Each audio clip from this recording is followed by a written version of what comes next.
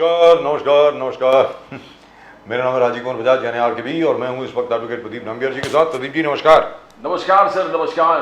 और प्रदीप जी और मैं दोनों हैं कहां पर? नेशन नाउ पर। नेशन नाउ है हमेशा आपके साथ, हमेशा आपके साथ। हम लोग दल नहीं बदलते हैं। क्यों प्रदीप जी? पलटू राव नहीं, हम लोग दल नहीं बदलते, हम लोग इधर से उधर नहीं जाते, हम जहां पर हैं वहीं पर हैं, विराजमान वहीं पर खड़े हैं जी। और साथ में झंडा है, यार ये देख लीजिए बस।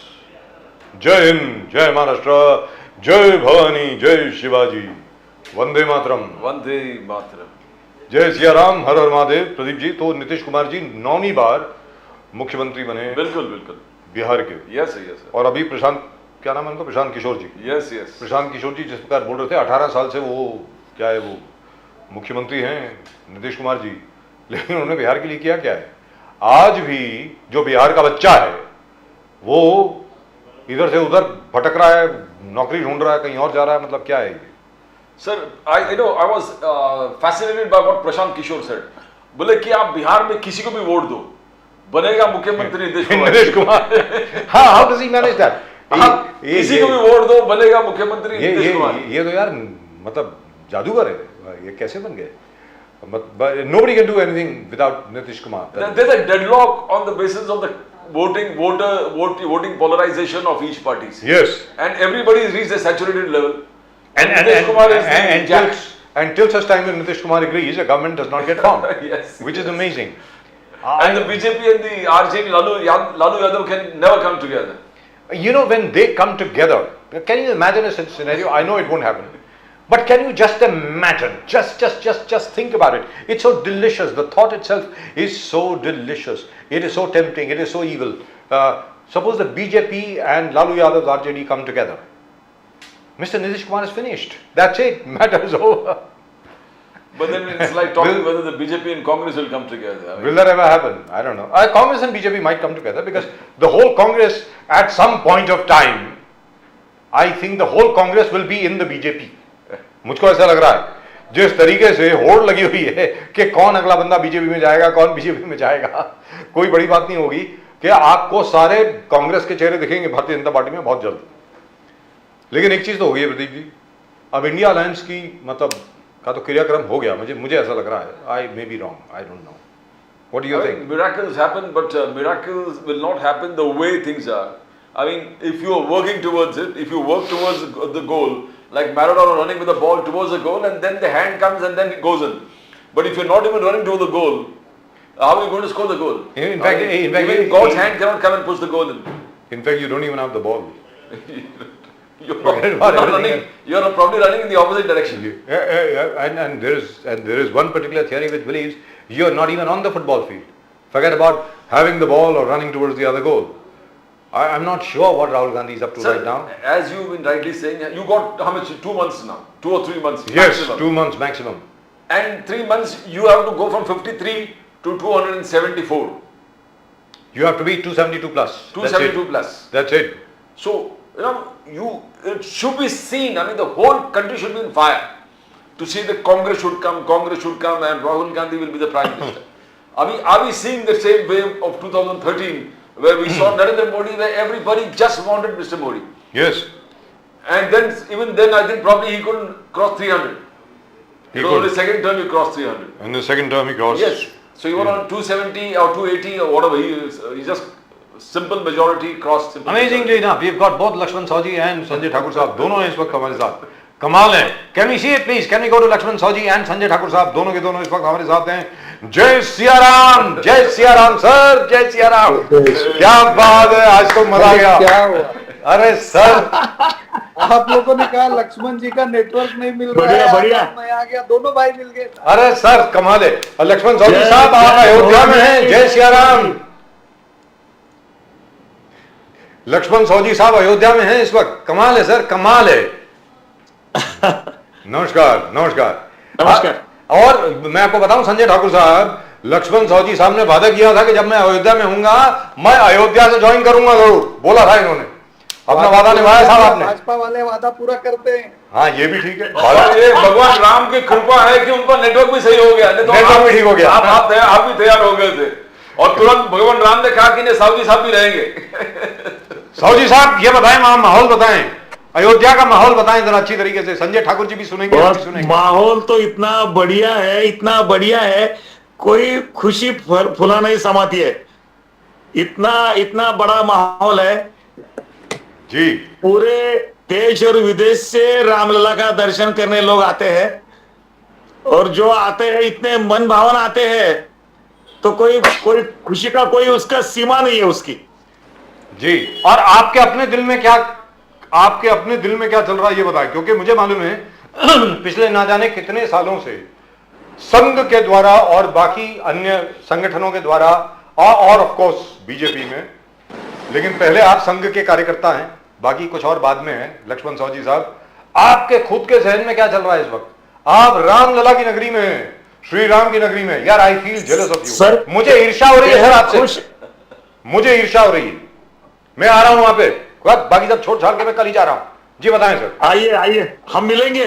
जी जी बताएं, आपके मन में क्या चल रहा है इस वक्त, वो बताएं हमारे दर्शकों को सर प्लीज। सर बहुत दिन का, बहुत सालों का भारतवासियों का सपना पूरा हुआ है, इसकी खुशी बहुत अलग, क्योंकि बात ऐसी है कि जो हमारी अस्मिता टूट चुकने के कगार पर थी, तो उसके बावजूद अभी जो हुई है उसकी खुशी ज्यादा है जी, क्योंकि रामलला की जो महती है रामायण की, राम जी की, वो हमारे भारतवर्ष को एक रखने के लिए बहुत काम आती है। पहले से राम जी का जो प्रवास था अयोध्या से लेकर लंका तक, ये पूरे भारत की सीमाएं, पूरा भारत का भूभाग, अभी पूरे भारत के सब प्रांतों से लोग और भारत के बाहर से लोग जब आते हैं, तो पूरे हिंदुस्तान का दर्शन अयोध्या में अभी होता है जी।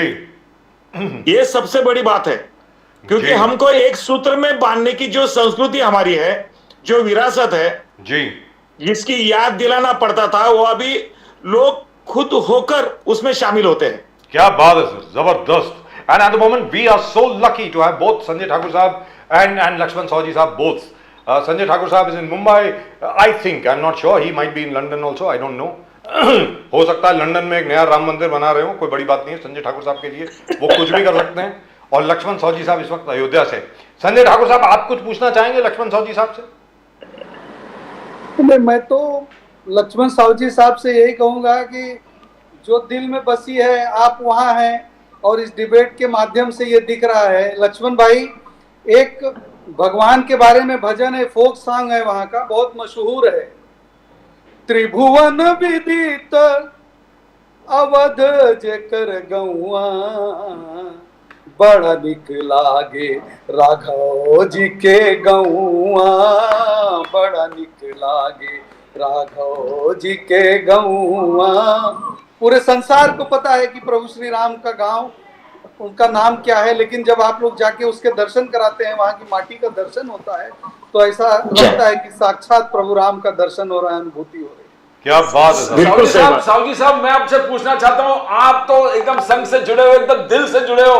राम जी के दशरथ जी वहां से वनवास, सीता मैया वहां से निकल रहे हैं जाके, और वो सीन, और फिर वापस आना, अयोध्या में वापस आना, और फिर हजारों साल के बाद बाबर के लोग तोड़ना, वहां के लोगों का संघर्ष 1990 फायरिंग, 1992 में जो हो गया, उसके बाद ढांचा गिरना, आप लोग का संघर्ष, कार सेवकों का संघर्ष, और अभी मोदी जी वापस राम मंदिर पुनर्निर्माण, ये पूरा चित्र आपके सामने से शायद चलता होगा. साहू जी साहब, नहीं साहब, अभी ऐसा है, अभी जिस माहौल है, जो मूड में है, तो अभी आगे जाकर इसका जो समाज के ऊपर जो परिणाम होने वाला है, वो सबसे ज्यादा हम अहम रखते हैं अभी इसमें, क्योंकि इसके बारे में जो गलतफहमियां फैलाई गई थी, वो गलतफहमियां अभी दूर हो जाएंगी पूरी. और अभी ये जो एक भारतीय संस्कृति का दर्शन पूरे दुनिया को होने जा रहा है, वो ज्यादा जरूरी रखते हैं हम तो राम जी के भक्त हैं, रोज राम रक्षा, हनुमान जी के भक्त हैं, हनुमान चालीसा हो, राम हमारा भीम रूपी का जो हमारे जो स्तोत्र है रामदास जी का, वो ये तो हम उसमें रोज डूबे हुए. ये आध्यात्म है, पौराणिकता है, लेकिन इसके साथ समाज जीवन की एक आदर्श जीवन ही है इसके पीछे। इससे ज्यादा खुशी है इसमें कि हम राम का नाम क्यों लेते हैं, राम को क्यों याद करते हैं, राम राज्य किसको कहते हैं। समाज जीवन, राजकीय जीवन और कौटुंबिक और व्यावहारिक व्यावसायिक जो हमारी रिश्तेदारी है, जो हमारी एकात्म कुटुंब पद्धति जो भारत की विशेषता है, इसके ऊपर क्या असर होता है, ये सब जाकर अगली पीढ़ियों के लिए एक अच्छा मैसेज है, ये एक संदेश है, ये मैं मानता हूं। और सबसे बड़ी बात यहाँ पर यह है, जो घटनाएं घटी है उसकी आपने पढ़ी लिस्ट, मुझे मालूम है। हम इतिहास में जाएंगे तो हम भविष्य में क्या चाहिए, इसके लिए आज का ये जो माहौल है ये उसके लिए मदद करेगा। लेकिन लक्ष्मण सौजी साहब, संजय ठाकुर साहब, दोनों, आप दोनों से ये सवाल है, इतने साल जो शर्मनाक तरीके से बीते कि हमारे ही देश में कोई आया, हमारे मंदिर को तोड़ गया, वहां पे मस्जिद बना दी, और हमें ही लड़ना पड़ रहा है उसके लिए कि यार भाई साहब, आपसे हम रिक्वेस्ट कर रहे हैं, विनती कर रहे हैं कि राम जी का मंदिर हमें यहां बनाने दो, क्योंकि राम जी हमारे हैं, आपने मंदिर तोड़ा है। और वही बात अब ये लोग आकर के, कुछ लोग आकर के काशी विश्वनाथ के बारे में बात कर रहे हैं। मतलब मुझे तो समझ में नहीं आता। संजय ठाकुर साहब, आप बताएं, ये कुछ प्रवृत्ति समझ में आ रही है, आपकी अकल समझ में आ रही है क्या, संजय ठाकुर साहब? देखिए बजाज साहब, ये सीधे सीधे आप अगर समझेंगे, धार्मिक नहीं कहना चाहिए लेकिन धार्मिक हो गया इसलिए कह रहा हूं। एक तरफ आप देखेंगे तलवार के दम पे प्रचार प्रसार करना, धर्म का प्रचार प्रसार करना, और एक तरफ से धर्म को बढ़ाना तलवार के नोक पे।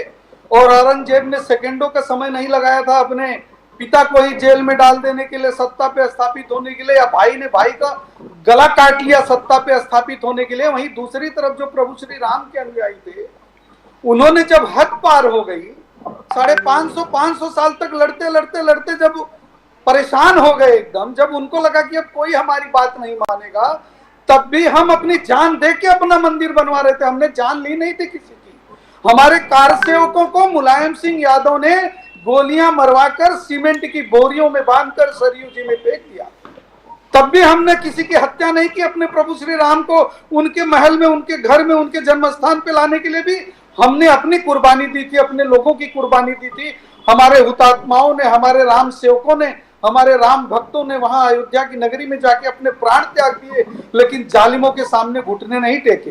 दूसरी तरफ वो संस्कृति है जो तुरंत गला काट लेती है सत्ता पे काबिज होने के लिए। इस पूरी प्रक्रिया में समझने की बात यही है कि पूरे विश्व को जो संदेश दे सकता है, पूरे विश्व को जो बता सकता है कि जो सबसे ज्यादा सहिष्णु है, पूरे विश्व को जो बता सकता है कि जो वसुधैव कुटुंबकम की कल्पना में विश्वास करता है, पूरे विश्व को भगवान राम के आदर्शों को जो बता सकता है, उस आदर्शों को मानने वाली परंपरा की ये राम भक्त और भारत देश सनातन परंपरा की जबरदस्त जबरदस्त। आज लक्ष्मण सौजी साहब, सॉरी प्रदीप जी, लक्ष्मण सौजी साहब, अयोध्या में आप हैं, अयोध्या नगर में, अयोध्या शहर में आपने क्या बदलाव देखा? क्योंकि आप पहले भी जा चुके हैं, इस बार आप आए हैं, तो क्या बदलाव देखा आपने? क्या कुछ नई चीज देखी राम मंदिर के अलावा? बदलाव तो बहुत बड़ी मात्रा में हुआ है जी, बताएं सर, कुछ उसका विवरण देना। बहुत बड़ी मात्रा है। हम पहले अयोध्या आए थे 1980 में जी, बाद में 1982 में, बाद में 1990 में जी, तो 4-5 बार अयोध्या। इससे पहले जब हमने देखा था 35 साल पहले, उस वक्त के अयोध्या और आज के अयोध्या में बहुत बड़ा अंतर है। आज अयोध्या मंदिर की वजह से सबको, मंदिर का सपना पूरा होने के बाद, मंदिर पूरा होने के बाद एक नया माहौल बन गया है।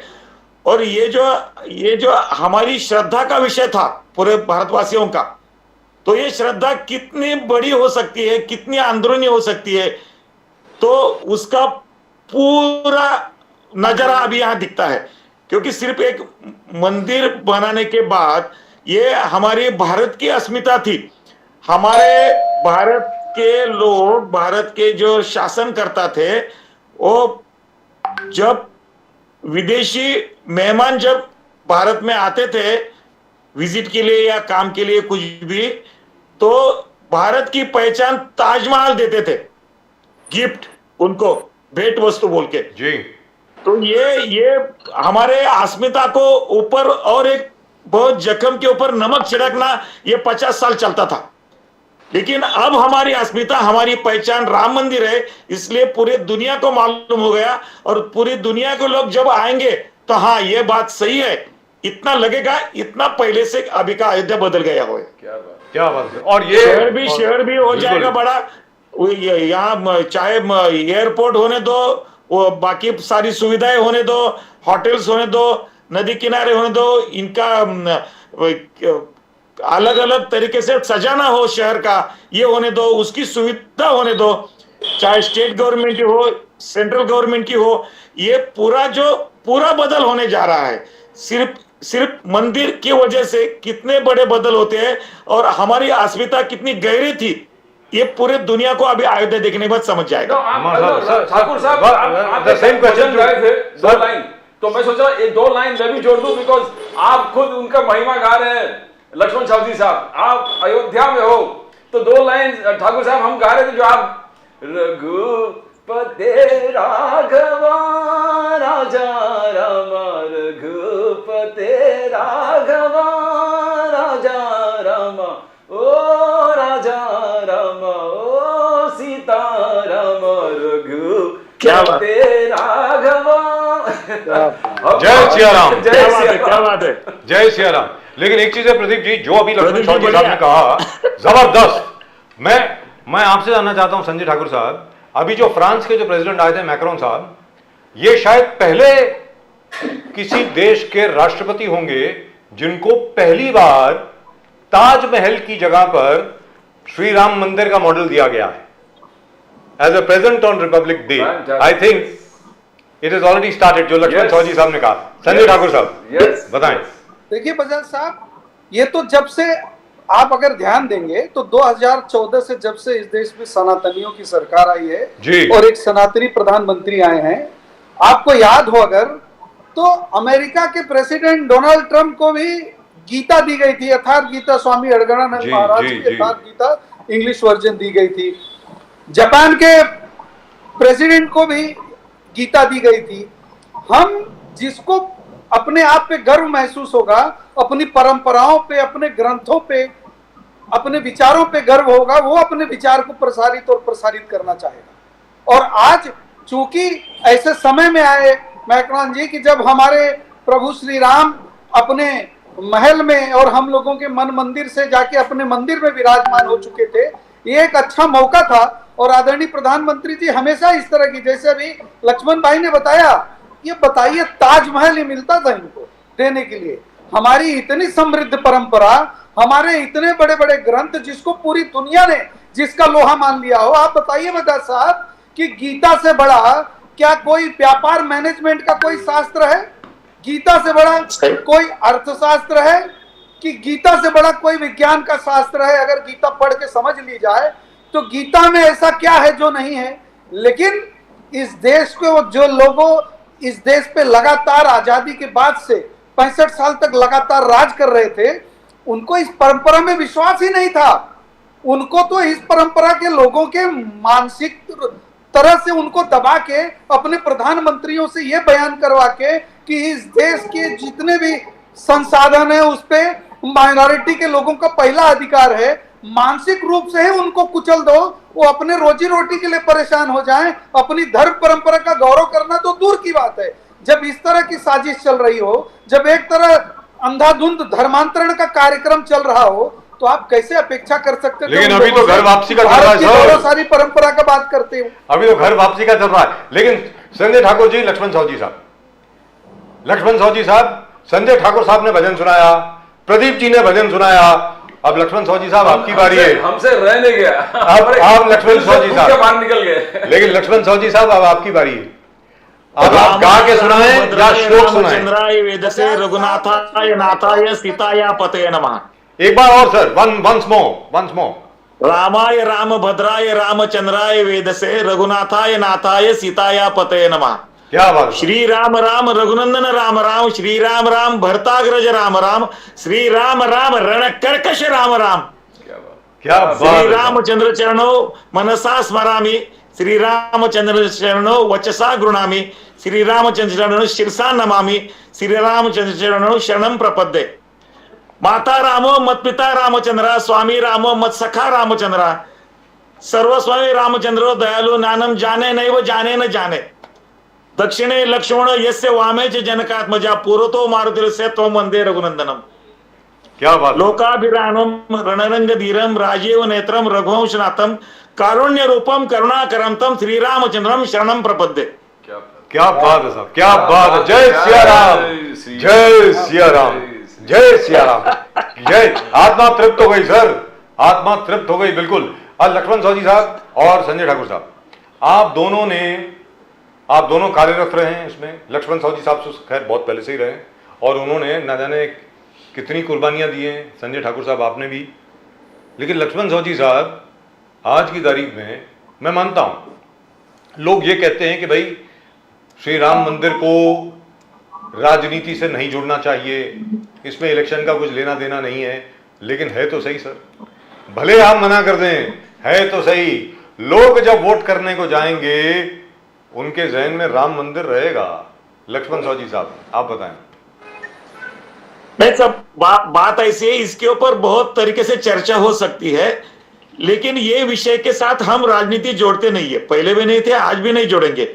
रोज लोग जब वोट देंगे तो भारत के विकास के लिए वोट देंगे, जो हमने 10 साल विकास के राह पर हमारी जो सरकार चली है, और आगे जाकर विश्वास हम ही दे सकते हैं कि हम विकास कर सकते हैं। दूसरा विश्वास देने लायक कोई दल भी नहीं है, कोई नेतृत्व करने वाली व्यक्ति भी नहीं है दूसरे दलों में। इसलिए ये विकास के ऊपर वोट मिलेंगे और विकास के ऊपर हम आपकी बार 400 पार जाने वाले हैं सर। क्या बात है साहब, 400 पार। साहू जी साहब, फैंटास्टिक। आपने बोला, हर डेट याद दिला दिया। आपने 80s का बात किया, आपने 90s तक पहुंच गए, 90s तक आप बोले, 1992।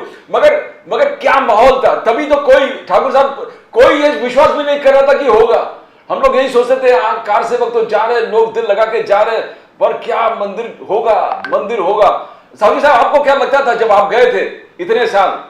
90s में भी गए आप, 1990 में भी गए, 80 में भी गए, 82 में भी गए जी, बराबर है।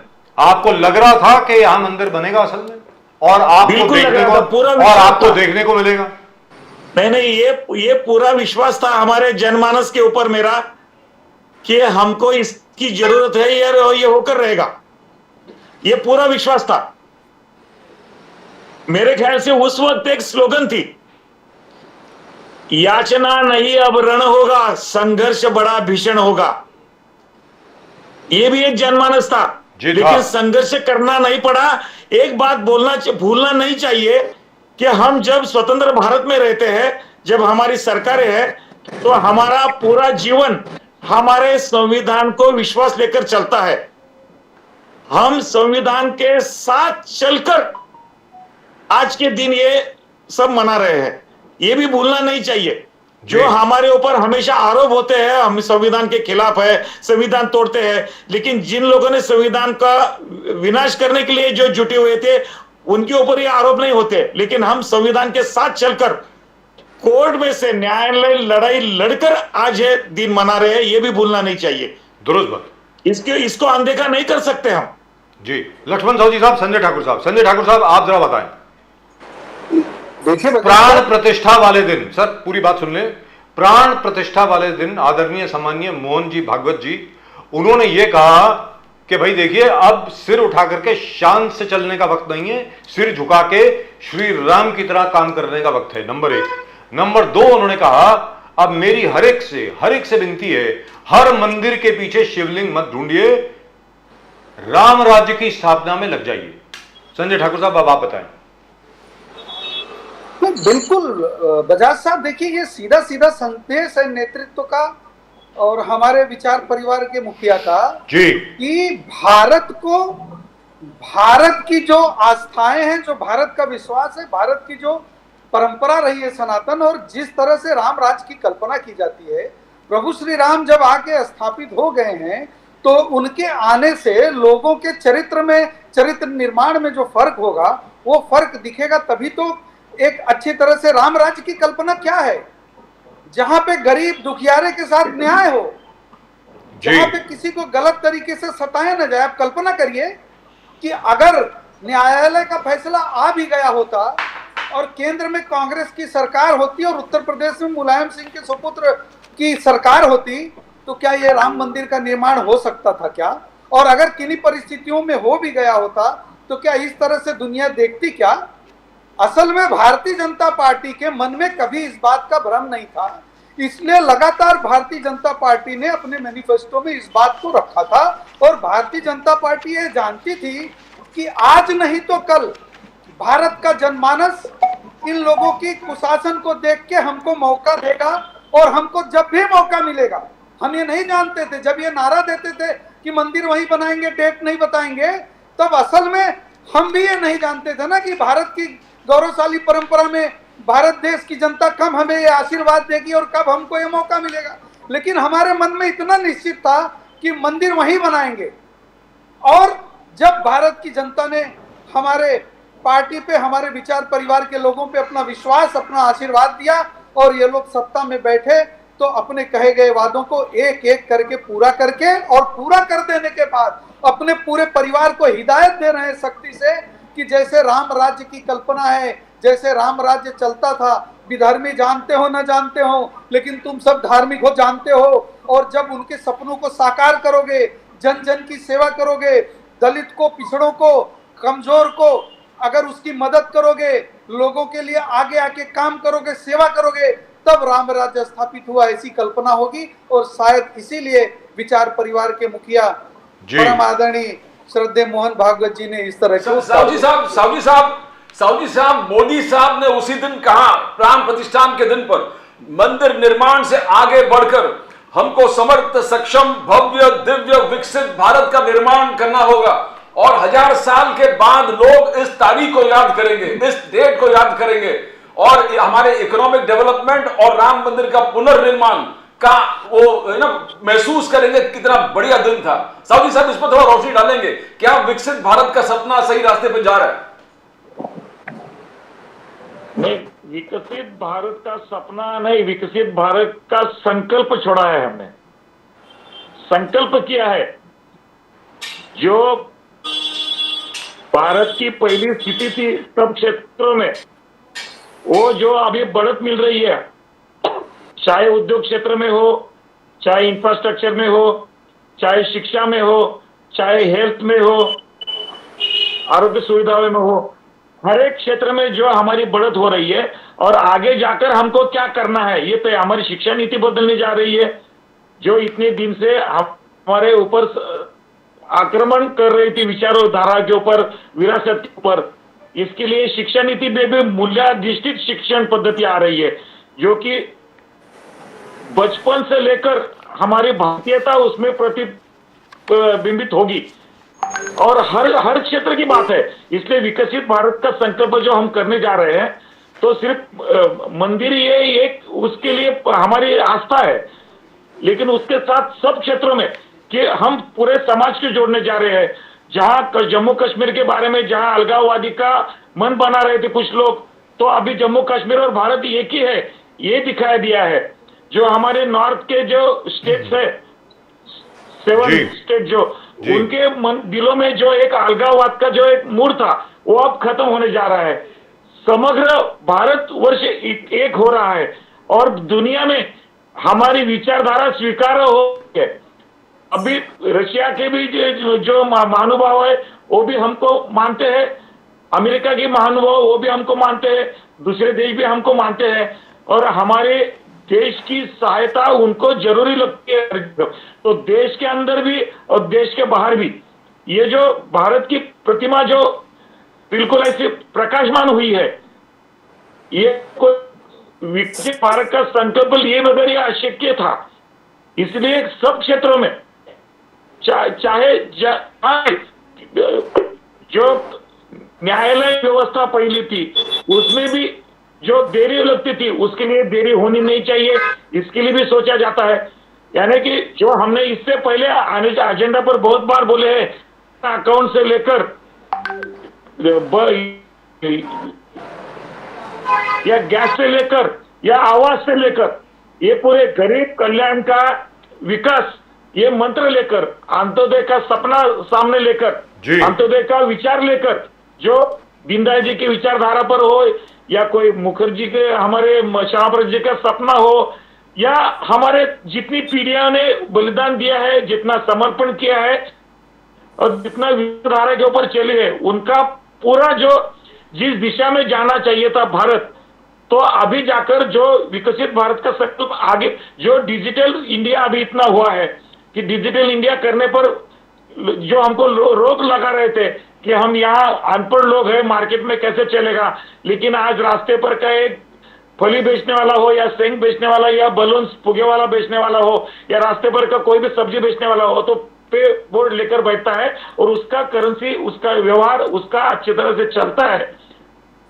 ये राष्ट्र के विकास के विचारधारा में और प्रक्रिया में आम आदमी अभी आ रहा है, और अभी आदमी को विश्वास हो गया है, और उसका उदाहरण हमारे सामने है, और उसका उदाहरण हमारे सामने है, का संकल्प कर सकते हैं। लक्ष्मण सौजी साहब, उसका उदाहरण हमारे सामने है। आप और संजय ठाकुर साहब दोनों उसी डिजिटल इंडिया के द्वारा हमारे साथ जुड़े हुए हैं, बिना सैटेलाइट के, बिना सैटेलाइट लिंक के, बिना ओबी वैन भेजे। सर पहले पूरा एक तामझाम होता था, पूरा ओबी वैन भेजना पड़ता था, कोई कैमरामैन नहीं है, कोई कैमरामैन नहीं है। ये भी उसी डिजिटल इंडिया का एक बहुत बड़ा उदाहरण है। तो आप दोनों को साधुवाद। सही बात है। और सर ठाकुर साहब ये बताए, सावजी साहब ने बता दिया, ये राम मंदिर पुनर्निर्माण के बाद आप तो बोलेंगे नहीं हम सुपरस्टिशन में बिलीव नहीं करते, हम अंधविश्वास में बिलीव नहीं करते, मगर सब चीज बीजेपी के लिए अच्छा हो रहा था। वहां ममता बनर्जी हट गए, इंडिया अलायंस फूटने लगा, वहां केजरीवाल हट गए, वहां नीतीश कुमार हट गए, ये धीरे धीरे हट नहीं गए, आ गए नीतीश कुमार आ गए। तो ये अंधविश्वास नहीं है, पर क्या ये राम जी का कृपा है कि मंदिर आपने 550 साल के बाद बनाया, आप हकदार हो, आप हकदार हो। क्या ये एक संदेश है? कैसे देखते हो आप बोलिए बोलिए। देखिए इसमें अंधविश्वास की कोई मुझे तो निश्चित है, ये निश्चित है, मुझे तो वो दिन याद आ रहा है, सर्वविदित है, जी एस्टैब्लिश्ड है कि धर्मो रक्षति रक्षितः। जो अपने धर्म पे चलेगा, बजाज साहब एक बात समझ लीजिए, धर्म को गलत ढंग से समझते हैं लोग। जो अपने धर्म पे चलेगा उसका कर्म कभी नहीं बिगड़ेगा, क्योंकि जो अपने धर्म पे चलेगा वो ईश्वर से डरेगा। जो ईश्वर से डरेगा वो अपने माता पिता की अवहेलना नहीं करेगा। जो अपने माता पिता की अवहेलना नहीं करेगा वो संस्कारी होगा, और जो संस्कारी होगा वही वो इस राम, प्रभु श्री राम के वंशज माने जाएंगे, और हम सब वही हैं। ये तो बहुत सदियों से भारत के पीछे एक साजिश चली आती रही, और हिंदुओं को जो गीता में लिखा गया है, चतुष्वर्णम मया सृष्टम गुण कर्म विभाग से, भगवान श्री कृष्ण, भगवान पद्मनाभ लिखते हैं कि 4 वर्णों की संरचना मैंने की है, वो जाति के और जन्म के आधार पर नहीं, गुण और कर्म के आधार पर। इसको साजिश के तहत हिंदुओं की, सनातनियों की शक्ति को कमजोर करने के लिए बार बार इन चीजों को आगे किया जाता है, जातिवाद को बढ़ावा दिया जाता है, जातिवाद पे विभाजन करके हिंदुओं को तोड़ने का प्रयास किया जाता है। इन सब कुत्सित प्रयासों को भारतीय जनता पार्टी कभी सफल नहीं होगी, और ये निश्चित है कि प्रभु श्री राम तो हम लोगों के पे तो कृपा पात्र, हम तो कृपा पात्र हैं ही प्रभु श्री राम के। तो कहने का मतलब ये हुआ कि उन्हीं की कृपा से, को काल्पनिक समझते हैं, संजय ठाकुर साहब अस्तित्व को नहीं मानते। सर वो विड्रॉ कर लिया था ना एफिडेविट, का है उसके बारे में याद दिला रहे सर वो विड्रॉ कर लिया था एफिडेविट सरकार ने। सब लोगों ने, हम लोगों ने प्रोटेस्ट किया, आपने प्रोटेस्ट किया, सबने किया, दे विड्रू दैट, ऐसी बात नहीं है। लक्ष्मण सौजी साहब आप कुछ बोलना चाह रहे थे उस वक्त, बोलिए कि श्री राम की कृपा से सब कुछ हो रहा है। आपने सर ममता बनर्जी अलग हो गए इंडिया अलायंस से कहा था, इसलिए मुझे वो याद आ रहा था दीप। तो बोलिए ना, इंडिया अलायंस से ममता बनर्जी अलग हो गई। याद आ रहा था आज की घटना से। आज देखो, ममता बनर्जी गठबंधन अलायंस से अलग है जी।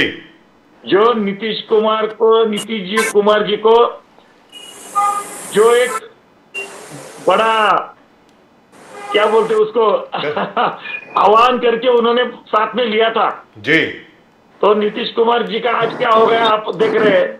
मुझे नीतीश कुमार जी के आने पर थोड़ा सा बिहार के बारे में थोड़ा इतिहास जागृत हो गया मेरा जी। तो जब आपातकाल के समय इमरजेंसी जो आंदोलन खड़ा हुआ था, वो बिहार से पहले उठा था। जी उठा था। आदरणीय जयप्रकाश जी नारायण, इन्होंने जो आह्वान किया था और राम मनोहर लोहिया के विचारधारा के सब लोग जब साथ में थे, जी तो अटल जी के साथ आने में, हमारे साथ आने में उनको कहीं भी कुछ कमियां नहीं लगी थी।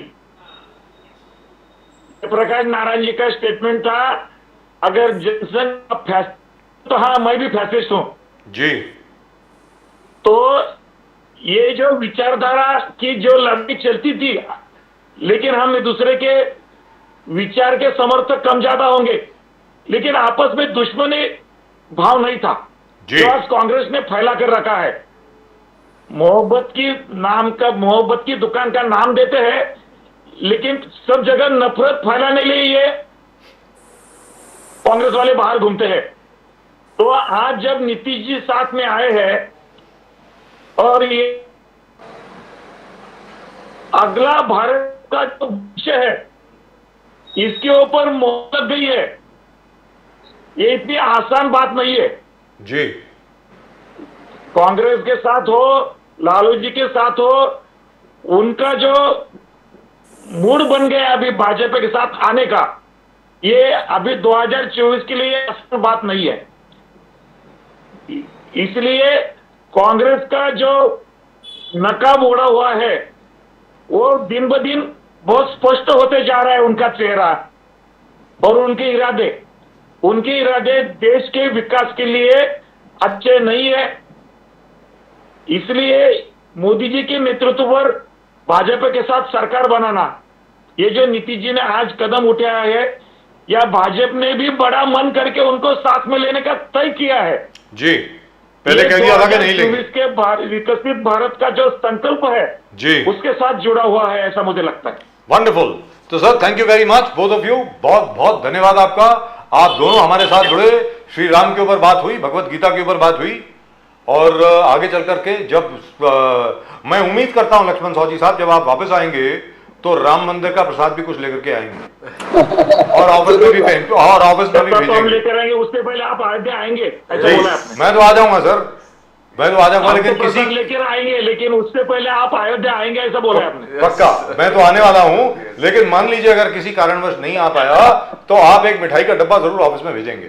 उसके लिए बहुत बहुत धन्यवाद आपका पहले से। बिल्कुल बिल्कुल। चलिए सर, संजय ठाकुर साहब जय सिया राम, लक्ष्मण साहू जी साहब जय सिया राम, जय Siya Ram. Thank you gentleman, thank you जी, धन्यवाद प्रदीप जी, धन्यवाद। थैंक यू लक्ष्मण भाई, थैंक यू एवरीवन। सर एक शब्द जाने के पहले, एक शब्द प्रदीप जी के भजन के ऊपर एक शब्द सर, प्रदीप जी ने कहा, सर बोलिए ना। ठाकुर जी ने उकसाया, बहुत सुंदर बजाज साहब, देखिए वो जो कल्पना है ना, असल में शुरू भी भजन से हुआ था, और जो नाम्बियार साहब कह रहे थे उसका अर्थ भी क्या था, अंत भी भजन से ही कर देते हैं। इतना सुंदर लग रहा था नाम्बियार साहब, ऐसे लग रहा था जैसे कोई क्लासिकल सिंगर हो और जो रियाज करता हो भजन की।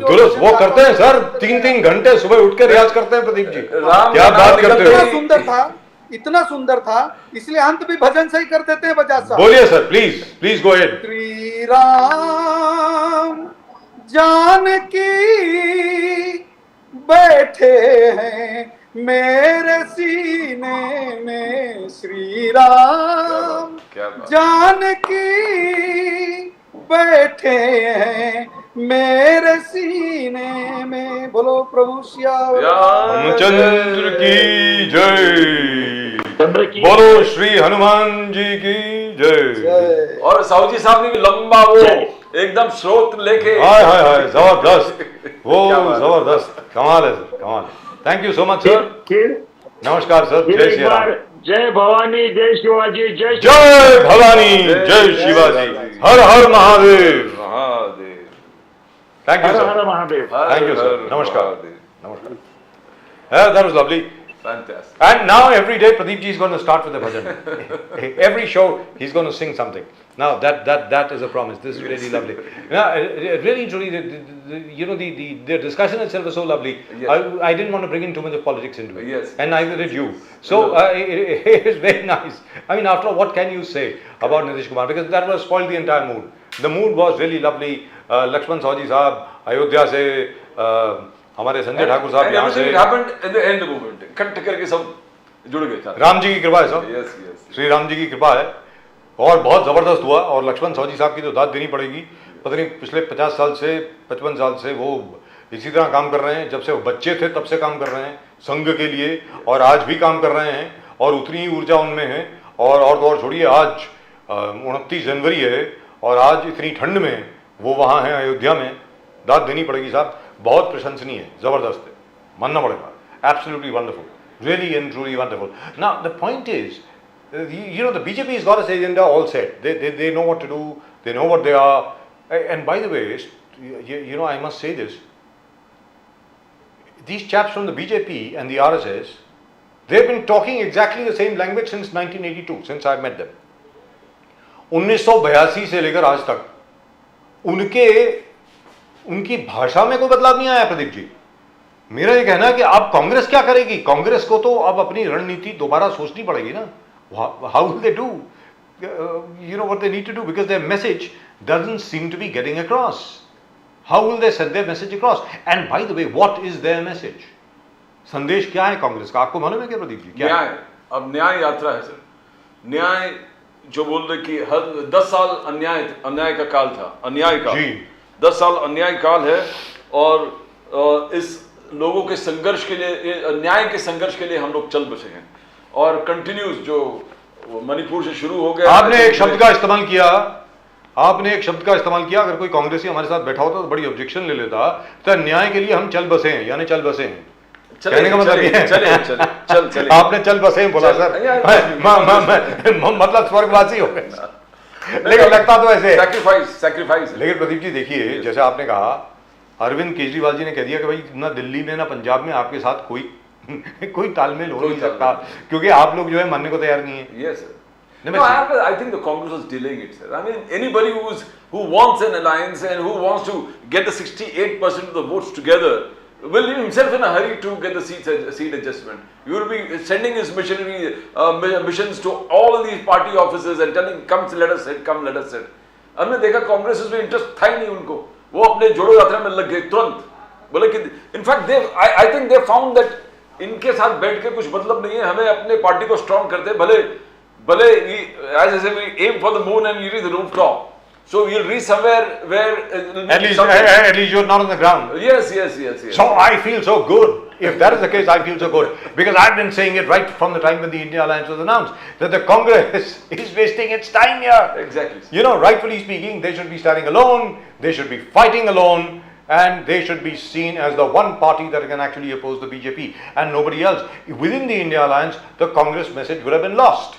आप देखिए ना, Mamata Banerjee, the way she is treating the Congress, Arvind Kejriwal ji वो तो कहते हैं जी नमस्कार, थैंक यू वेरी मच, हमें आपसे क्या लेना देना है। और जहाँ तक नीतीश कुमार जी का सवाल है, सर वो 9वीं बार उन्होंने शपथ ग्रहण करी है बतौर मुख्यमंत्री की भूमिका में, 9th टाइम। और जैसा प्रशांत किशोर जी बार बार कहते हैं, 18 साल मुख्यमंत्री रहे, 15 साल बीजेपी के साथ रहे, तो मतलब रहा क्या आप? Sir, when we see all the politicians around us, हमको एक ही चीज लग रहा है कि everybody is just an opportunist, everybody सत्ते में रहना चाहिए और लोगों को न्याय देने के रीजन से लेके सत्ते के साथ रह जाते हैं। लेकिन प्रदीप जी, ये अगर हम बात करें कि साउथ में, दक्षिण में कांग्रेस की स्थिति बहुत मजबूत है लोकसभा में, वहां से उनको सबसे ज्यादा सीटें आएंगी, लेकिन वो सबसे ज्यादा सीटें तभी कारगर होंगी अगर हिंदी बेल्ट में, जिसको हिंदी की पट्टी बोला करते हैं, हिंदी बेल्ट जिसको कहते हैं, आई हेट दैट वर्ड पट्टी, हिंदी बेल्ट जो है, वहां पर अगर कांग्रेस अच्छा प्रदर्शन करेगी तभी जाकर के भारतीय जनता पार्टी के किले में सींग लगेगी, वरना नहीं होगा।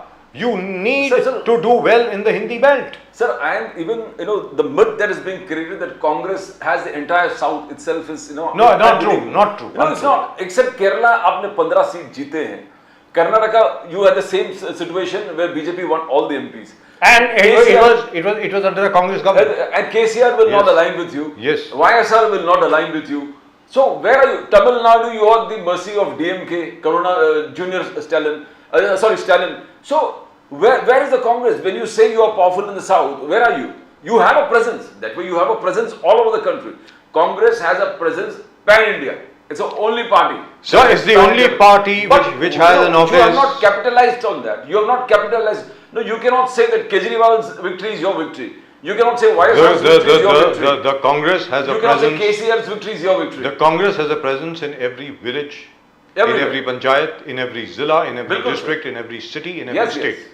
That is because of the hard work done by congressmen in the last 139 years. Now, you can't wish that away. But my point is, what took 139 years to build is slowly being destroyed right in front of our eyes. And you need a special talent to do that. Now, let's ask Mr. Suresh Chandra Rajan. I think he's from the Congress and he's with us right now. Suresh Chandra Rajan ji, namaskar. नमस्कार नमस्कार sir, नमस्कार। नमस्कार नमस्कार। बड़े दिनों के बाद आप जुड़े हमारे साथ, क्या नाराज थे सर, क्या हो गया? हम देख रहे हैं नहीं, फेसबुक नहीं, पे नहीं, संघर्ष का। सर चल रहा, आप हमारे साथ नहीं जुड़ रहे थे, क्या बात है, किसी ने मना किया था क्या? नहीं ऐसी कोई बात नहीं सर, मुझे कांग्रेस पार्टी ने एक नई जवाबदारी दी है जी। मुंबई में स्लम जो डिपार्टमेंट है हमारा, स्लम सेल डिपार्टमेंट है, उसका मुंबई का अध्यक्ष बना हूँ। तो प्रोग्राम में मैं थोड़ा सा बिजी था सर। तो मैं उम्मीद करता हूँ उस प्रोग्राम में आप असल में गरीबों की मदद करेंगे, आप असल में गरीबों के साथ खड़े रहेंगे, असल में जो झोपड़पट्टी वासी हैं उनको आप इंसाफ दिलाएंगे। मैं उम्मीद करता हूँ ऐसा होगा। जी सर, एब्सोल्युटली। तो धारावी में आप धारावी के जो भी रेजिडेंट है, स्थानीय नागरिक वहाँ के जितने भी हैं, आप उनके साथ खड़े रहेंगे और उनको आप इंसाफ दिलाएंगे। सुरेश चंद्र राजन जी। जी सर, जी सर। तो अगला मोर्चा आपका कब है सर धारावी में? मोर्चा तो सर 4 तारीख के आसपास एक मोर्चा होने जा रहा है। कहाँ पे? जो कहाँ पर?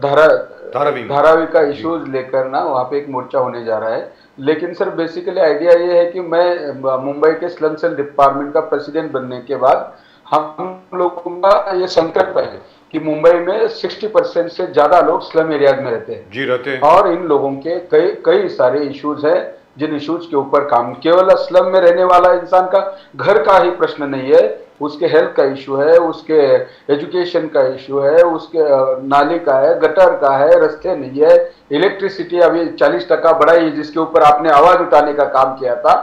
इस तरह के कई सारे मुद्दे हैं जिन मुद्दों को लेकर मुंबई कांग्रेस का स्लम सेल डिपार्टमेंट जो है रास्ते पे उतरकर लोगों को न्याय दिलाने के लिए काम करेगा। जबरदस्त प्रदीप जी। और सुरेश चंद्र जी, ऑलरेडी 55% टू 60% हमारे जो लोग हैं वो स्लम में रहते हैं मुंबई में, खासकर मुंबई में।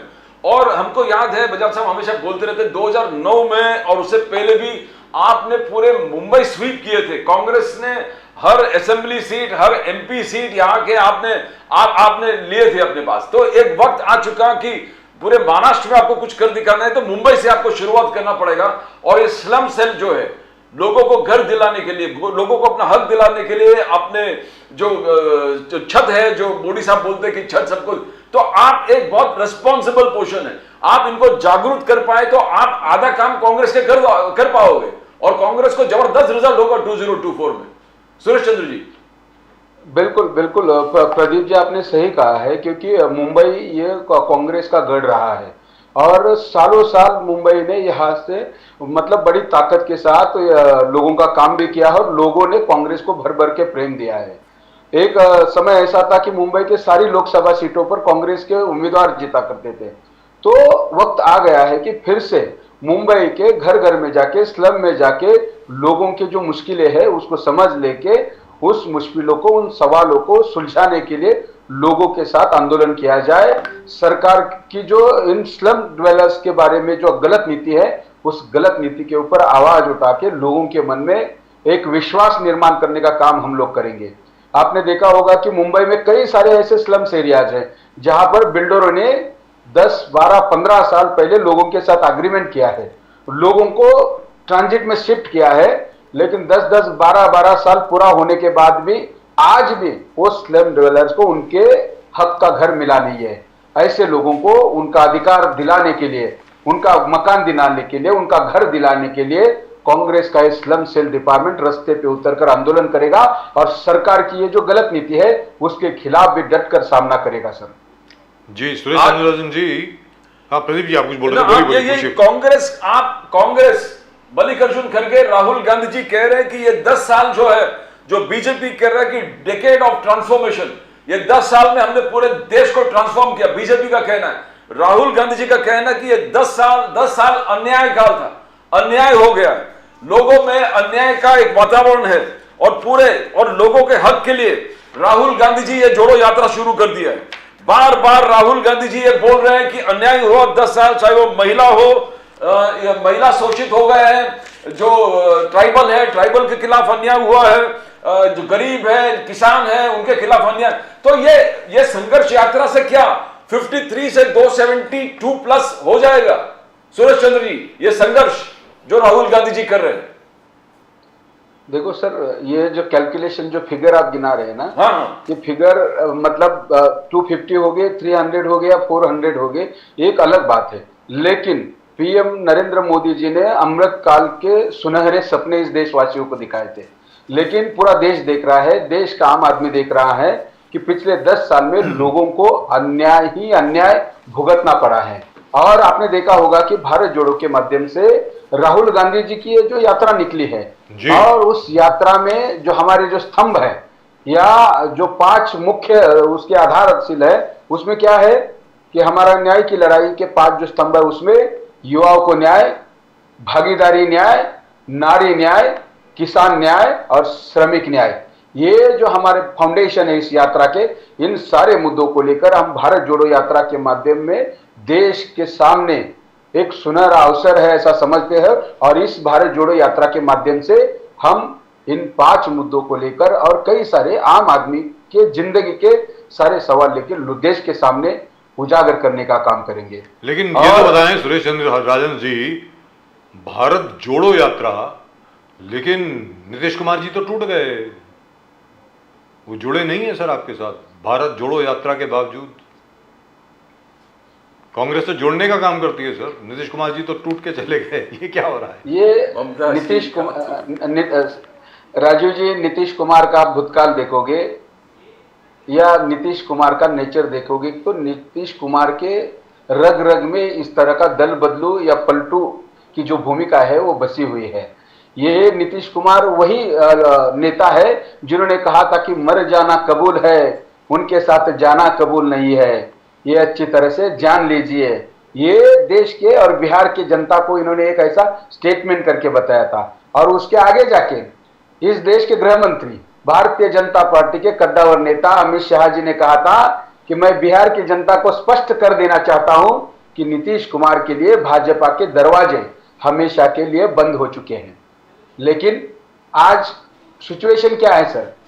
पूरा देश देख रहा है कि इनके जो पलटू और ये अवसरवादी इनकी जो भूमिका है, इस भूमिका को लेकर देश अवगत हो चुका है और ये जनता इन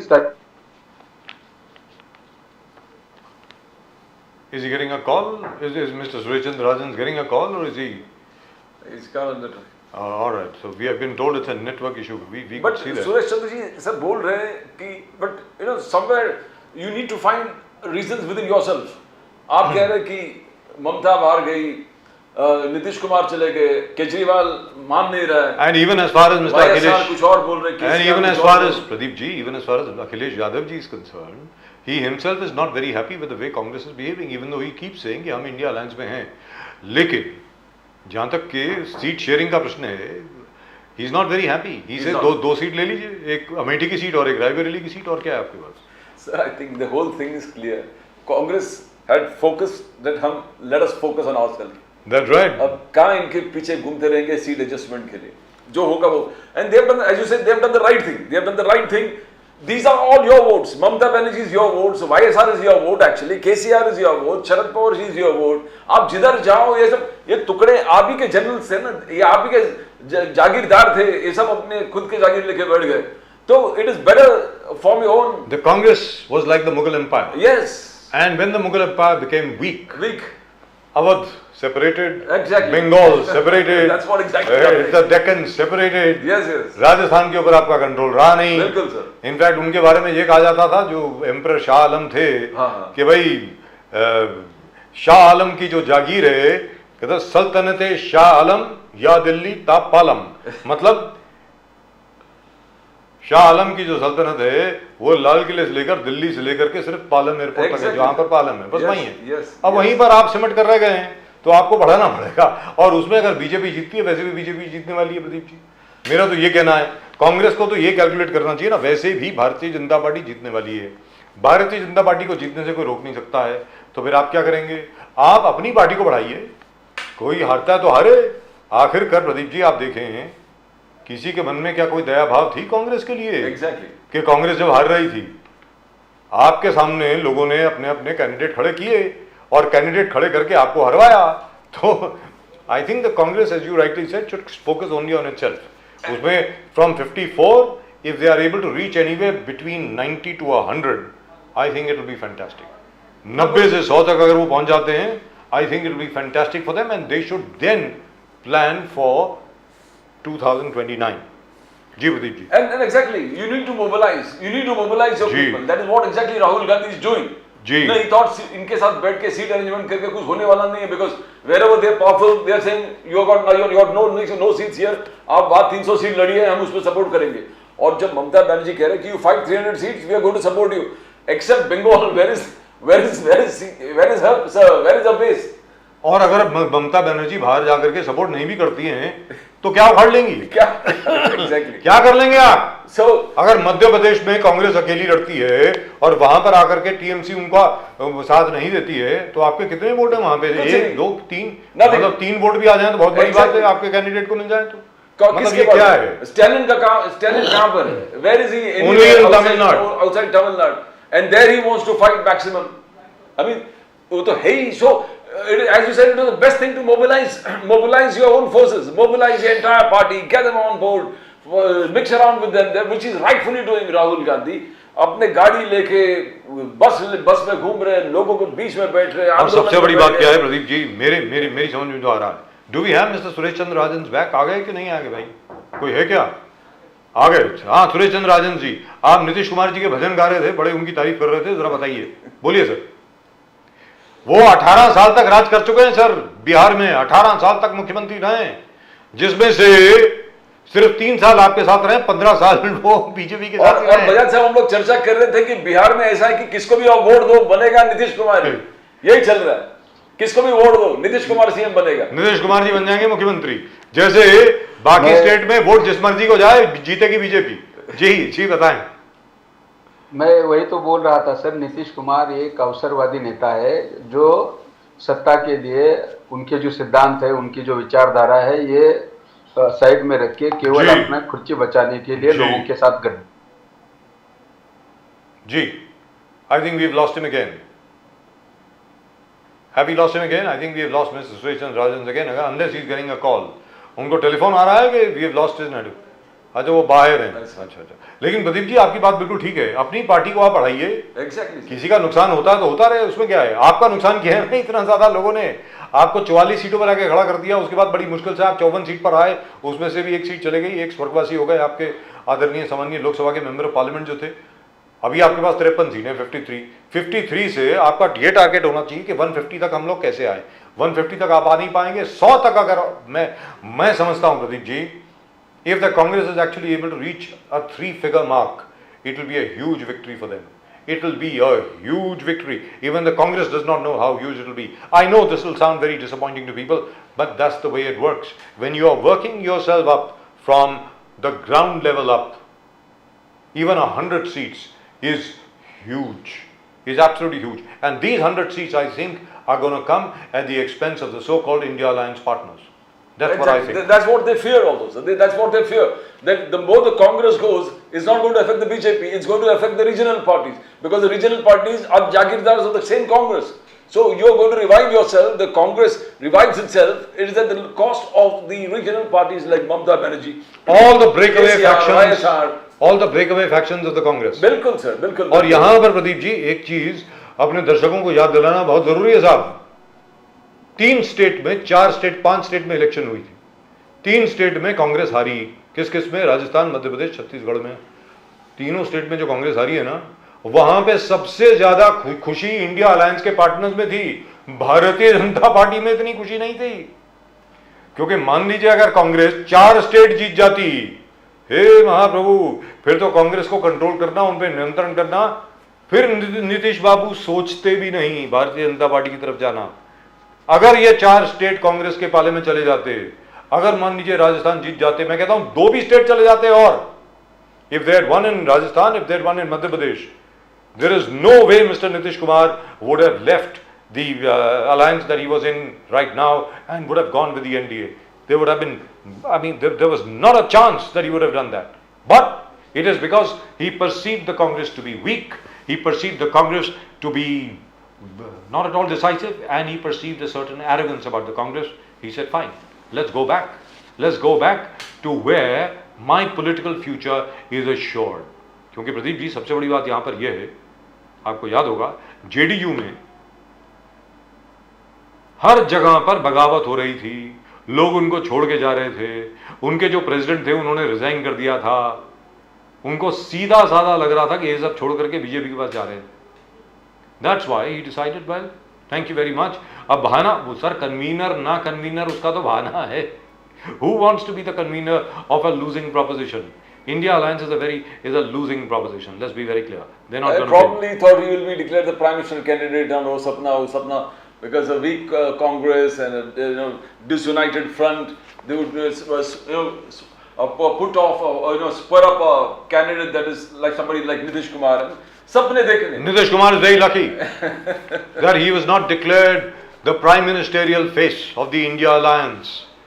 If he had been, he would have been finished. I think he wouldn't have been able to win his own seat as far as Bihar is concerned. Are we getting Mr. Radhan's back or aren't we? Alright, we are not getting Mr. Radhan's back. I think we'll be getting Mr. Mahmood Deshmukh of the Aam Aadmi Party very, very shortly. But as far as Mr. Radhan is concerned, I think Pradeep ji Mahmood Deshmukh साहब और राजन साहब को जो अब नई responsibility मिली है, वही काम महमूद देशमुख साहब कर रहे हैं. पहले संभाल लेते हैं पूरे स्लम्स को कोऑर्डिनेट करना, पूरे गरीब बस्तियों को ठीक करना, बस संघर्ष अपने खुद के बल पर कर रहे थे. लेकिन प्रदीप जी एक चीज तो है, सीधी सादी बात है, जहां पर कांग्रेस बोलती है कि we do not divide, we unite, you are not able to unite your own allies. So how can you just blame that इसने धोखा दिया, उसने धोखा दिया? आपने धोखा देने क्यों दिया? I mean it was total your mismanagement that these people have gone back.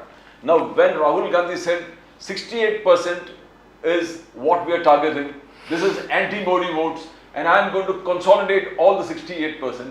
I mean, there should have been so much of meetings, interest taken by the Congress that we are a national party, and he should have sent his emissaries everywhere. Team बना के इन नीतीश कुमार से मिलो, team बना के ममता दीदी से मिलो, team बना के वाईएसआर से मिलो, केसीआर से मिलो, जो भी है, सीपीएम से मिलो, सीपीआई. तो it had to be their initiative. And we found who's taking the initiative? Nitish Kumar and Sharad Pawar ji. Now Nitish Kumar comes to Mumbai and meets Sharad Pawar ji and he says we need to forge an alliance. And then Sharad Pawar ji and all come together. I mean, the entire thing should have been begun with the Congress and they should have done it on war footing. सब जगह आपने. So finally what's going to happen is आप कुछ किए नहीं, लोग चले गए अपने काम और मुकाम लेके. And आप कि वो बेवफा निकले, वो बेवफा, ये भी बेवफा. सभी आप ही के साथ बेवफा क्यों निकलते हैं सर? हमेशा आप ही के साथ धोखा क्यों होता है? ये भी तो सोचिए. लेकिन यहाँ पर प्रदीप जी एक चीज है, इसका मतलब क्या हुआ? इसका मतलब आप जरा एक स्टेप आगे सोचिए ना. इसका मतलब क्या हुआ? इसका मतलब शरद पवार जी जो हैं वो सिर्फ उनका ध्यान केंद्रित रहेगा महाराष्ट्र पे और उसके अलावा कुछ नहीं रहेगा. मतलब as far as Sharad Pawar is concerned, effectively it is a loss for Mr. Sharad Pawar as well, because the India Alliance as it exists right now, I'm not sure what it is, because unless and until, as has been stated so many times, the Congress-led India Alliance makes an impression in the Hindi belt, you will not be able to defeat the BJP. क्योंकि BJP की जो दक्षिण में सीटें हैं, they are not going to go down. वो तकरीबन उतनी रहेंगी. आपकी ज्यादा बढ़ने वाली नहीं है, आपको भी उतनी मिलेंगी. आपको याद होगा 2019 में जब लोकसभा के चुनाव हुए थे, कर्नाटक में, मध्य प्रदेश में और छत्तीसगढ़ में, तीनों में कांग्रेस की सरकार थी सर. एचडी कुमारस्वामी साहब थे, supported by the Congress in Karnataka. Now my point is, at that time the BJP one practically all the seats. आप कैसे उनका मुकाबला करेंगे? सीधी बात है. आज भी कर्नाटक में भारतीय जनता पार्टी की जो स्थानीय संगठन है वो बहुत जबरदस्त है साहब.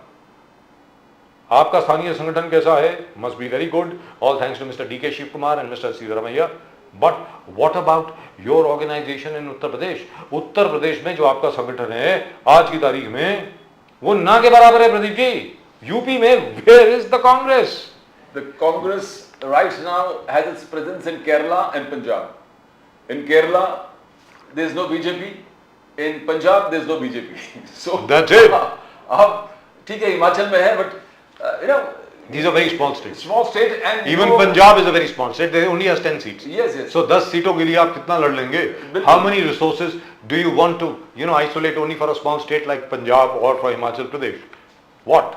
मैक्सिमम अभी पहले आपकी 3 के 4 सीटें हुआ करती थी वहां से, अभी ज्यादा से ज्यादा 5 सीटें हो जाएंगी, 5-5 हो जाएगा। मतलब आम आदमी पार्टी को 5, आपको 5, या ये भी हो सकता है कि आम आदमी पार्टी स्वीप कर जाए वहां पे, जिस तरीके से भगवंत मान साहब वहां पे काम कर रहे हैं। I can understand why Mamata Banerjee has left. I can understand why Nitish Kumar has left and why other people. Why KEJRIWAL ji has left? KEJRIWAL ji किस लिए? Sir, it was a very generous offer. Pradeep ji, as far as I am concerned, Arvind Kejriwal gave a very generous offer to the Congress party, both in Delhi and in Punjab. In Punjab, Mr. Pratap Singh Bajwa of the Congress party laughed at the offer which was given by the Aam Aadmi party, and so did they in Delhi. But ठीक है, इसका मतलब दिल्ली में फिर BJP आएगी और Punjab will be a clean sweep for the आम आदमी पार्टी। आप रहिए, आप ठंडन गोपाल रहिए, सीधी बात है। क्योंकि आम आदमी पार्टी को आज पंजाब में कोई छू नहीं सकता साहब। आम आदमी पार्टी का दिल्ली का, जहां तक लोकसभा का प्रश्न है, वहां पर आम आदमी पार्टी के लिए बहुत बहुत मुश्किल होगी प्रदीप जी, क्योंकि एमसीडी के जो चुनाव हैं और दिल्ली गवर्नमेंट के जो चुनाव हैं वो आम आदमी पार्टी जीतती रहेगी, लेकिन लोकसभा चुनाव के लिए आम आदमी पार्टी को अपनी स्ट्रेटजी जरा बदलनी पड़ेगी।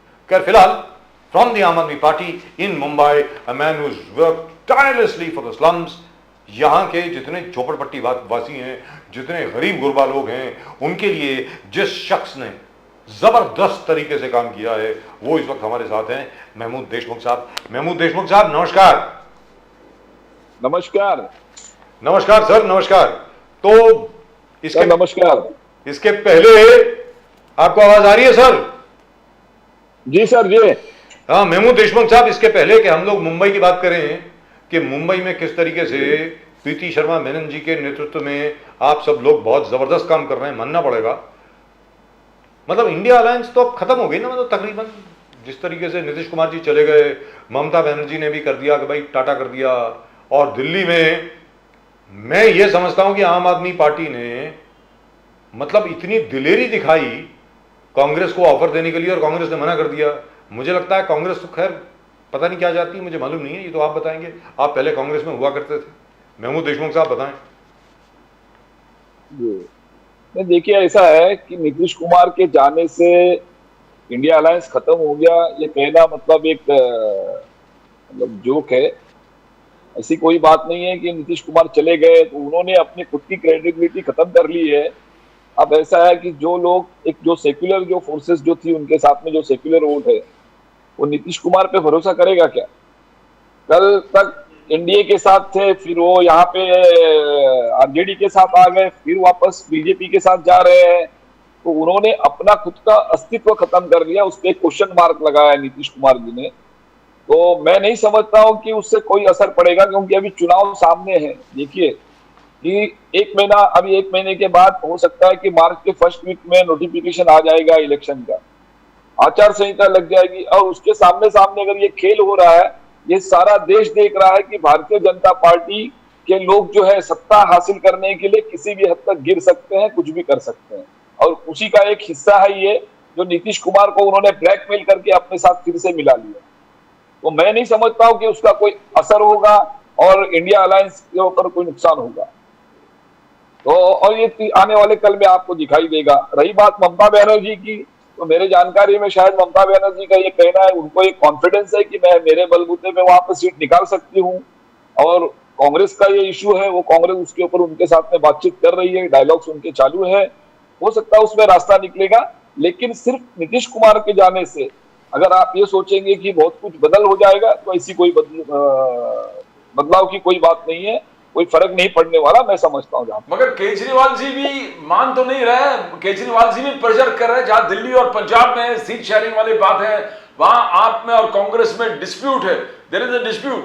और ये सीमित यहां पर नहीं है, आप साउथ में देखेंगे वाईएसआर शायद नहीं जुड़ेंगे, केसीआर शायद नहीं जुड़ेंगे, स्टैलिन एक जेन्युइन पार्टनर है, सालों साल कांग्रेस के साथ रहा है, यूपीए के साथ रहा है।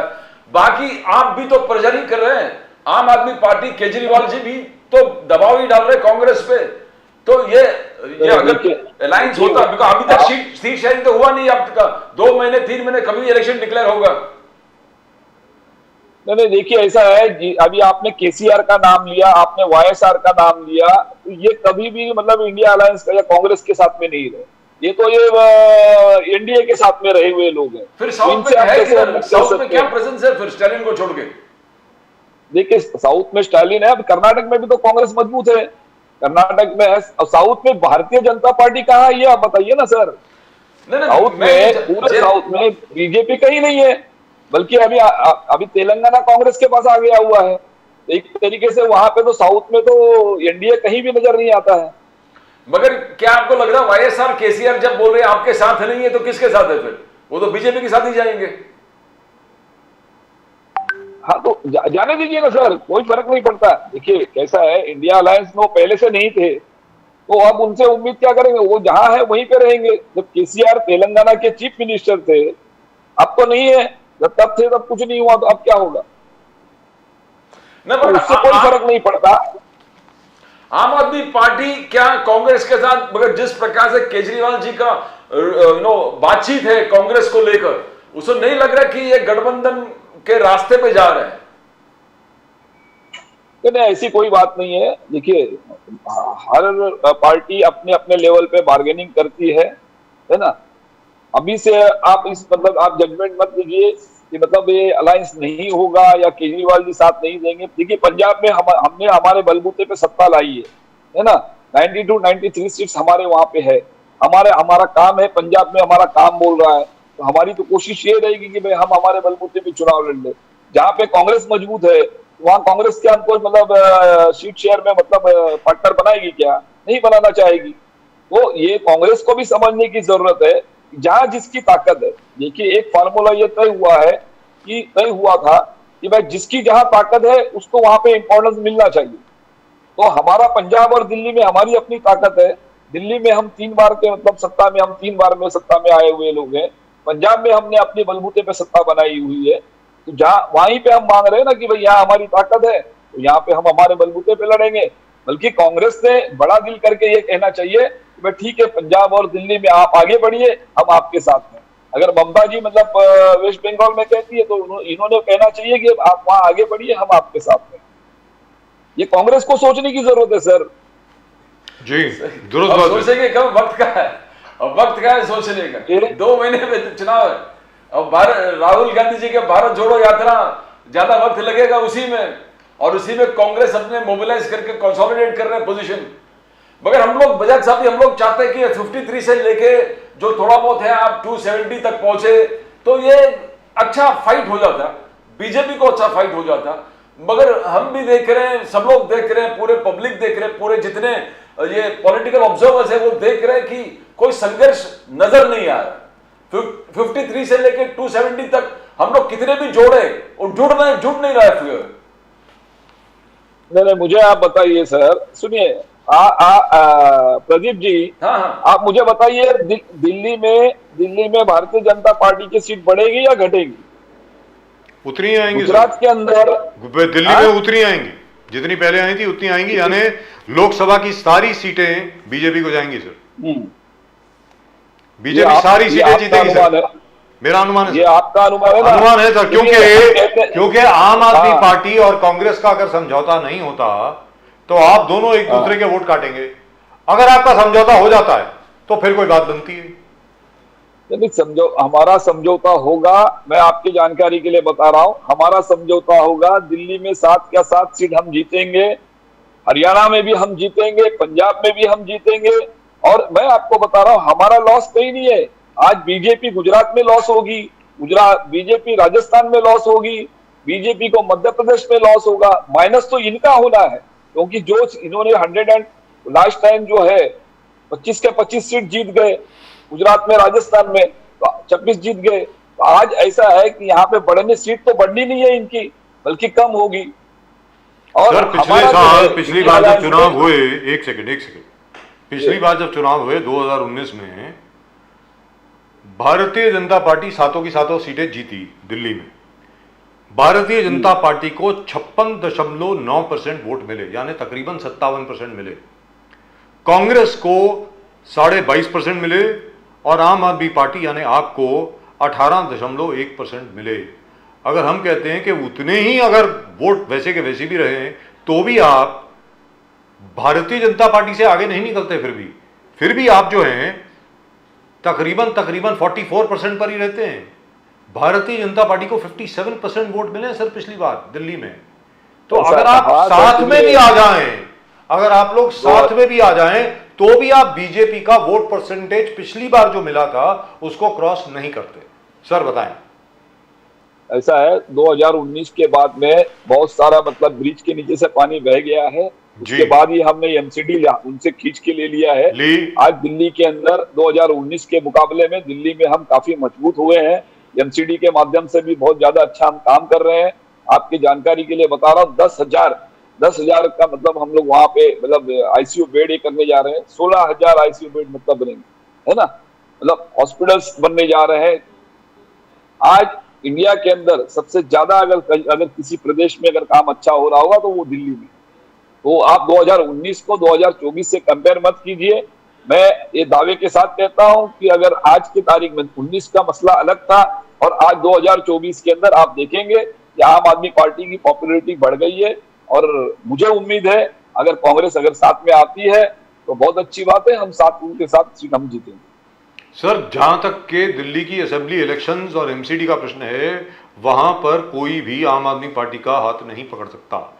लेकिन पता नहीं क्या बात है कि दिल्ली की जनता जो है वो लोकसभा में आम आदमी पार्टी का साथ क्यों नहीं देती, मुझे मालूम नहीं है।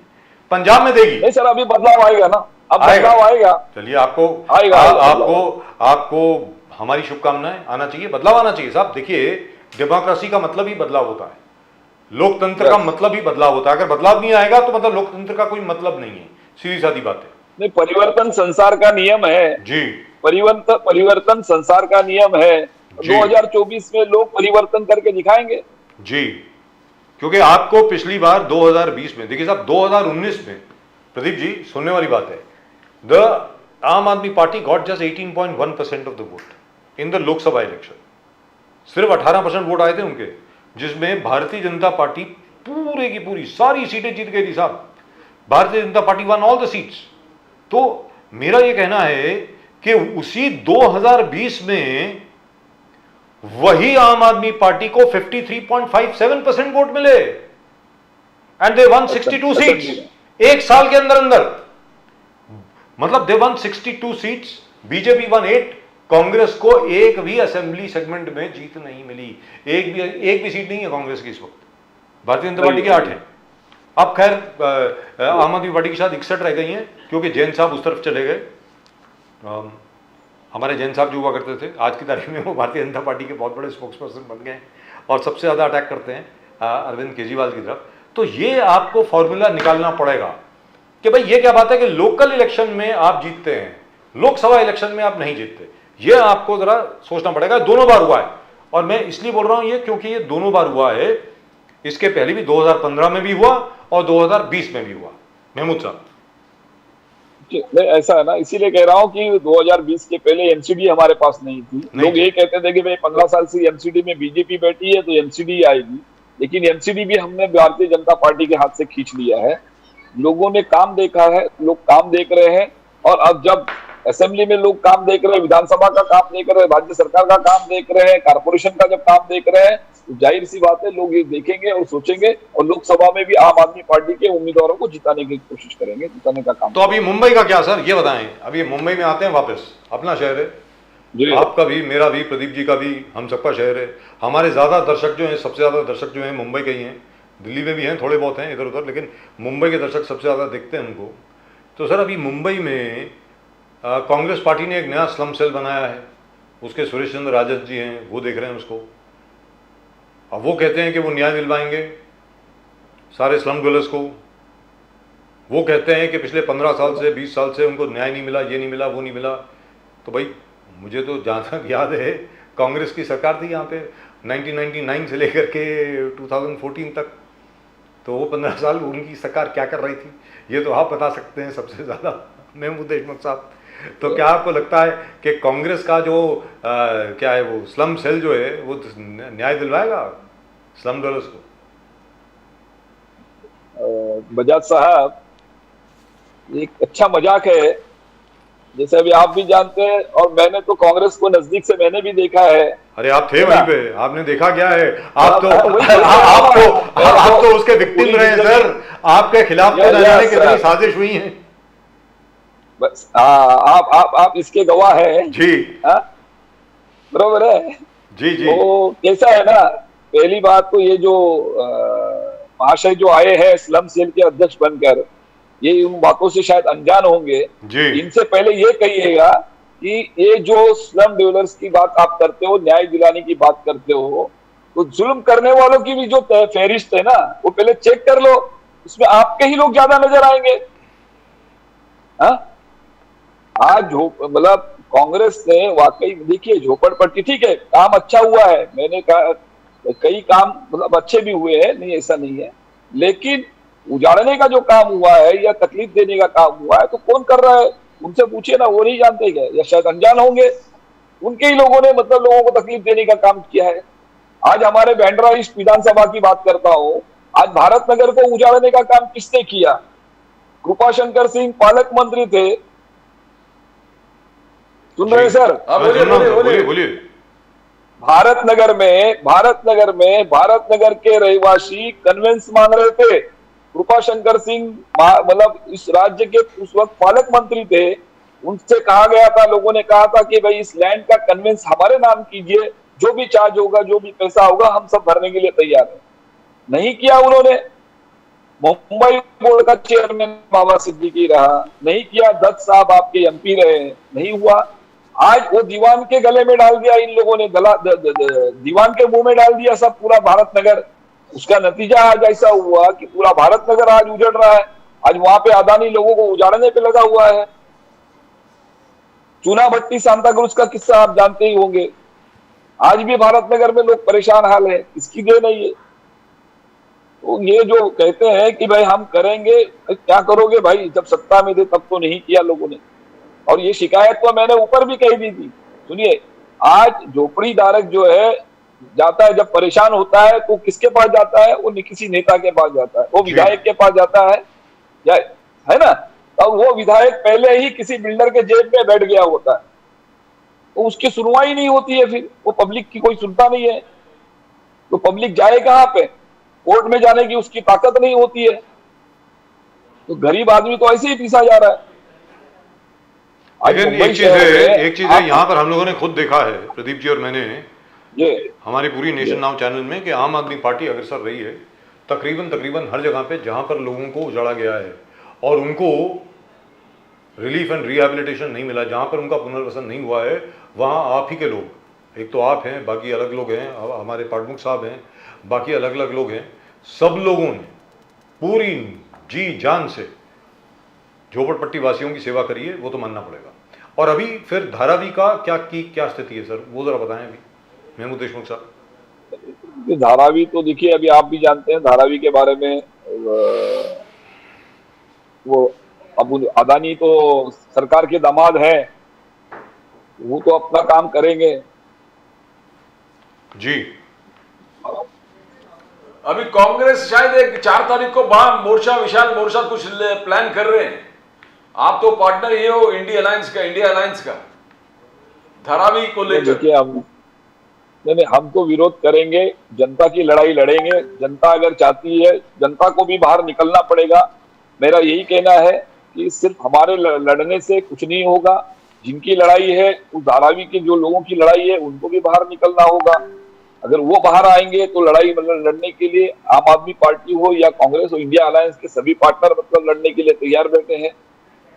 और मैंने कहा ना कि ये अदानी मतलब ये जो सरकार बैठी है, वो राज्य सरकार हो या केंद्र सरकार हो, ये उद्योगपतियों के लिए काम कर रही है, ये अदानी के लिए काम कर रही है। तो आज आज हम तो सत्ता के बाहर है, हम कितना उम्मीद कर सकते हैं कि मतलब इसमें लड़ाई के अंदर मतलब कामयाबी मिलेगी, लेकिन डिपेंड करता है भारत और धारावी की जो भी जनता है वो बाहर निकले, रास्ते पे निकले, तो इसके अंदर हमको कामयाबी देशमुख जी, आज के तारीख में प्रकाश अंबेडकर जी कह रहे हैं कि महाराष्ट्र में एक नया और टॉल मराठा लीडर जो है एकनाथ शिंदे जी बनकर निकले। ये पूरे जो एपिसोड में, जो रिजर्वेशंस के एपिसोड में, मराठा रिजर्वेशन में एकनाथ शिंदे जी अनटच्ड अनमैच्ड टॉप के मराठा लीडर बन गए। ये सब मराठा लीडर को पीछे छोड़कर वो अपने आप में एक जगह बन गया है एकनाथ शिंदे जी। तो एकनाथ शिंदे जी जगह बन गए मराठाओं का। ओबीसी छगन भुजबल इनके गठबंधन में है देव फडणवीस जी के साथ, अजित पवार जी है। तो आप ये पूरे कैसे देखते हो, कहां बचा दूसरे लोगों को जगह? मराठा इनके साथ, ओबीसी इनके साथ, दलित इनके साथ, ब्राह्मण इनके साथ, तो जगह आपको क्या लग रहा है, कहां आप करोगे क्या? नहीं, आप किस सिलसिले में बात कर रहे हैं ये मैं समझ नहीं। मराठा रिजर्वेशन, मुझे आप लोकसभा मराठा रिजर्वेशन की आप बात कर रहे हैं, तो ये किसने कहा कि एकनाथ शिंदे लीडर बन के उभरे? वो तो मनोज जरांगे पाटिल मराठा समाज का लीडर बन के उभरा हो। ये पूरी क्रेडिट अगर किसी को जाती है तो वो मनोज जरांगे पाटिल को जाती है, न तो एकनाथ शिंदे जी को जाती है, न तो देवेंद्र फडणवीस जी को जाती है। प्रकाश अंबेडकर जी बोल रहे हैं। प्रकाश अंबेडकर जी का देखिए, प्रकाश अंबेडकर जी क्या कहते हैं मैं नहीं जानता, और ये गलतफहमी है। अगर कोई ये कहता है कि भाई ये मराठा समाज का ये नेता है, ओबीसी समाज का ये नेता है, अपने आप को कोई नेता भले लगाए। देखिए, मैं भी महाराष्ट्र से बिलोंग करता हूं, मुझे मालूम है कि कौन किसके साथ है और कौन किसके साथ नहीं है, आप समझे। और अगर वाकई में इनके साथ में लोग होते तो मैं समझता हूं जरांगे पाटिल को मुंबई तक आने की जरूरत नहीं पड़ती, एकनाथ शिंदे जी उनको पहले रोक सकते। और अभी भी मैं ये कहता हूं कि मुझे डाउट है, ये मेरा पर्सनल ओपिनियन है, मुझे डाउट है कि मराठा समाज के भावनाओं से एक खेला जा रहा है। सिर्फ सामने चुनाव है, ये एक आश्वासन दिया गया है। अब बात यह है कि एकनाथ शिंदे जी ने इनको आश्वासन दिया है क्या कि हम कब से ये इंप्लीमेंट कब से करेंगे? ऐसा तो कुछ हुआ नहीं है। वो एक सीधे साधे आदमी के साथ में सीधे से एक मनोज जरांगे पाटिल जो है एक अच्छा इंसान, एक सीधा भोला भाला इंसान है, और राजनीतिज्ञ नहीं है, वो पॉलिटिशियन नहीं है। उनकी भावनाओं से खेलने का काम ये राज्य सरकार कर रही है, ये मेरा आरोप है। और आप देखते रहिएगा आने वाले कल में खुद मतलब मनोज जरांगे पाटिल कहेंगे कि मेरे साथ में धोखाधड़ी हुई है। ये जगह जगह अफवाहें चालू कर, भारतीय जनता पार्टी की सीए 7 दिनों के अंदर इंप्लीमेंट होने वाला है। अब सीए, अब राम मंदिर, मराठा रिजर्वेशंस, ये सीए, तो आप क्या देख रहे हैं? पूरे इलेक्टोरेट पूरा पोलराइज हो गया है, हो जाएगा ये चुनाव से पहले। सर, ये यही गलतफहमी है। सुनिए, ये पोलराइज करने की कोशिश कर रहे हैं, हर कदम पे पोलराइज करने की कोशिश कर रहे हैं। तो मर्यादा पुरुषोत्तम राम जी की मतलब जो प्राण प्रतिष्ठा का जो इन्होंने कार्यक्रम किया, वो भी मतलब शंकराचार्य विरोध कर रहे थे। उसके बावजूद मतलब इस देश के अंदर जो 4 सर्वोच्च मतलब धर्मगुरु है शंकराचार्य जी, इनका विरोध होते हुए भी उनको साइडलाइन करके इस देश के प्रधानमंत्री वो प्राण प्रतिष्ठा का प्रोग्राम करते हैं, सिर्फ वोट बैंक के चक्कर में, वोटों का पोलराइजेशन करने के चक्कर में। उसमें जब उनको लगता है कि हम कामयाब नहीं होते हैं, वो फिर अलग अलग तरीके के मतलब रूमर फैला के दंगा फसाद करवाने की उन्होंने कई जगह पे कोशिश की है। अब उसके बाद जो आपने सीए की बात की है, सिटीजन्स है ना, अमेंडमेंट एक्ट की जो बात कर रहे हो, तो ऐसा है ना, देखिए उसका मेन बात तो एनआरसी है। एनआरसी जो है वो एनआरसी, पहली बात तो आर्टिकल 14 संविधान का जो आर्टिकल 14 है, ये राइट्स देता है, सभी को समान अधिकार देता है, कोई भेदभाव नहीं होना चाहिए। आज ये भेदभाव की ये हर फील्ड में, हर सेक्टर में ये फेल्यूर है, ये गवर्नमेंट फेल्यूर है। ये अपनी नाकामयाबी को छुपाने के लिए इन्होंने राम मंदिर का मसला लाया, वक्त से पहले प्राण प्रतिष्ठा का मुद्दा लाया, अब ये एनआरसी और सीए की बात कर रहे हैं। आपको मैं एक बात बताना चाहता हूं, एनआरसी के माध्यम से जो है, आपको मालूम है लोग कितने इफेक्टेड होंगे? आज 30 मिलियन लोग हैं, लैंडलेस लोग हैं इस देश के अंदर, जिनके पास कोई जमीन नहीं है। जिनके पास जमीन नहीं है वो अपने डॉक्यूमेंट्स कहां से प्रोवाइड कर पाएंगे? 17 मिलियन जो है वो होमलेस है, जो फुटपाथ पे रहते हैं, कोई ब्रिज के नीचे रहता है, कोई कहीं मतलब रास्ते पे रहता है, जो रैन बसेरा जैसे जगह पे रहते हैं, उनके पास कौन से डॉक्यूमेंट्स मिलेंगे आप मुझे बताइए। 150 मिलियन लगभग लोग जो है, जो बंजारा समाज जिसको भटका समाज बोलते हैं, भटकी जमात बोलते हैं, है ना, वो उनके पास तो कोई ठिकाना नहीं, आज इस गांव कल उस गांव है, उनके पास कौन से डॉक्यूमेंट्स मिलेंगे आपको। और खास करके जो मतलब लगभग 80 मिलियन लोग हैं जो ट्रिब्यूनल है, ट्राइब है, शेड्यूल ट्राइब के लोग हैं, आदिवासी समाज है। अब तो मैं समझता हूँ ये ज्यादा होंगे, 12-13 करोड़ के ऊपर लोग हैं आदिवासी समाज, जिनके पास कोई डॉक्यूमेंट्स नहीं है, जबकि मूल निवासी, इस देश का मूल निवासी अगर कोई है वो आदिवासी समाज है। आज उनके पास भी कोई डॉक्यूमेंट्स नहीं है। और 1970 का जो सर्वे कहता है, आपको बताता हूँ लिटरेसी के मामले में, कि 66% लोग जो है वो इलिटरेट हैं। अगर जो स्कूल ही नहीं गए, तो अगर 1970 के हिसाब से अगर 66% इस देश के नागरिक बच्चे अगर स्कूल नहीं गए, तो उनके पास कौन सा डॉक्यूमेंट्स मिलेगा, स्कूल का सर्टिफिकेट कहां से मिलेगा। तो सर वो तो 53 साल पहले की बात कर रहे हैं ना, 53 साल पहले की बात कर रहे हैं ना, अभी तो उसमें लेकिन आपका कानून क्या कह रहा है? नहीं, आप सुनिए, सिटीजन आपका क्या कहता है, सिटीजन रजिस्टर एनआरसी क्या कह रहा है, 1955 का एक्ट लागू कर रहे हैं ना, 1 जुलाई 1987 के पहले और 1950 के बाद के लोग जो है वो माने जाएंगे।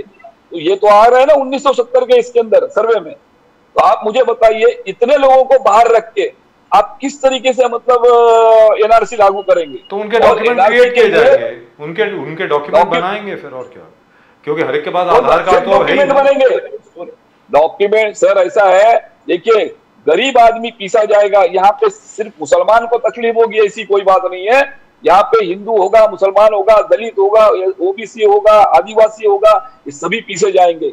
आज मुझे बताइए ना, आज हमने अभी 2 साल 2019 में जब कोरोना आया, कोरोना के समय में हमने देखा है कि लोगों को कितनी मुसीबतें आई, कितनी तकलीफ आई। उस वक्त ऑक्सीजन का प्रॉब्लम हुआ, लोगों को दवाई नहीं मिल रही थी, रेमडेसिविर की दवाई नहीं मिल रही थी, हॉस्पिटल में ऑक्सीजन मिलना मुश्किल हो गया था, हॉस्पिटल में जगह नहीं थी। तो जो ये बेसिक जो इश्यूज है उस पे काम करने की आवश्यकता है, न कि ये एनआरसी और सीए जैसे मुद्दों पे काम करने की जरूरत है। ये तो सिर्फ एक ढकोसला है, वोटों का पोलराइजेशन करने के लिए ये हरकत कर रहे हैं, ये ओछी हरकत कर रहे हैं। और इसके अंदर करोड़ों रुपया जाने वाला है, सरकार का भी जाएगा, पब्लिक का भी जाएगा। आसाम में मेरी जानकारी के हिसाब में, आसाम में जो मतलब इन्होंने जो एनआरसी और सीए के बारे में जो इन्होंने सर्वे करवाया था, उसके पीछे 1600 करोड़ रुपया लगभग मतलब गवर्नमेंट का खर्चा हुआ और 8000 करोड़ रुपया जनता का खर्चा हुआ। आप मुझे बताइए, पूरे देश का अगर ये करना है, इनको सेंसस सर्वे करना है, तो इसके पीछे कितना करोड़ों रुपया, कितना लाखों करोड़ रुपया खर्चा होगा। लोगों को अपना काम धंधा छोड़ के मतलब इसके लिए लाइन लगाना होगा। अब मुझे एक बात बताइए, मैं इस देश का नागरिक हूं, मैं वोट देता हूं, अब आप नेता बनते हो, इस देश का प्रधानमंत्री हो या मुख्यमंत्री हो या मंत्री हो, विधायक हो, सांसद हो, एक वोट के वजह से अगर वो बनता है, तो हमें जो वोट देने वाला नागरिक है वो नागरिक नहीं कहलाएगा। जिसके पास आधार कार्ड है, पासपोर्ट है, पासपोर्ट के बेस पे वो दुनिया घूमता है, लेकिन आप उसको बोलते हो कि आप नागरिक नहीं हो। जी, ये कौन सी मानसिकता है आपकी? हाँ जी, दुरुस्त तो बदल दीजिए। लेकिन इसके ऊपर लेकिन इसके ऊपर अभी बहस होगी सर, इसके ऊपर अभी बहस होगी। जरूर करिए सर। एनआरसी और आर्टिकल 14 ने जो राइट्स दिया है सभी को समान, finally I think the supreme court will have the last word on this. मुझे ऐसा लगता है आखिरी शब्द जो है इसके ऊपर, आखिरी जजमेंट जो है वो उच्चतम न्यायालय की आएगी एनआरसी के ऊपर। But it is somewhat worrying, इसमें कोई दो राय नहीं है कि इसमें लोगों को फिक्र करने की जरूरत है। जी नहीं सर, लेकिन ऐसा है, एक बात सोचिए ना, आज हमारे देश में एक ट्रेंड चला हुआ है कि हर आदमी को एक उम्मीद सिर्फ न्यायालय से है, जुडिशरी से है, वो सुप्रीम कोर्ट, बराबर है ना। तो मुझे आप बताइए, ये ब्यूरोक्रेट्स किस लिए बैठे हुए हैं, ये विधानमंडल किस लिए है, ये सांसद, एमएलए, मुख्यमंत्री किस लिए है, ये मंत्रिमंडल किस लिए है, मुख्यमंत्री और प्रधानमंत्री किस लिए है? अगर हर मामले के लिए, अगर इस लोकतंत्र में अगर देश का मुख्यमंत्री, देश का प्रधानमंत्री अगर फेल्यूर है, तभी तो लोगों को मतलब हाई कोर्ट और सुप्रीम कोर्ट जाना पड़ता है। ये लोकतंत्र का दुर्भाग्य है।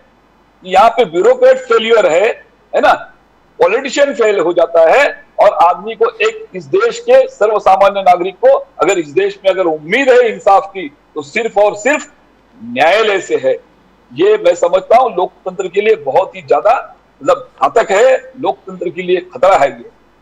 Right, thank you so much sir, thank you very much Mahmood Deshmukh ji. और मैं उम्मीद करता हूं कि 4 तारीख को जब धारावी में मोर्चा निकलेगा तो शायद आप भी उसमें शरीक होंगे।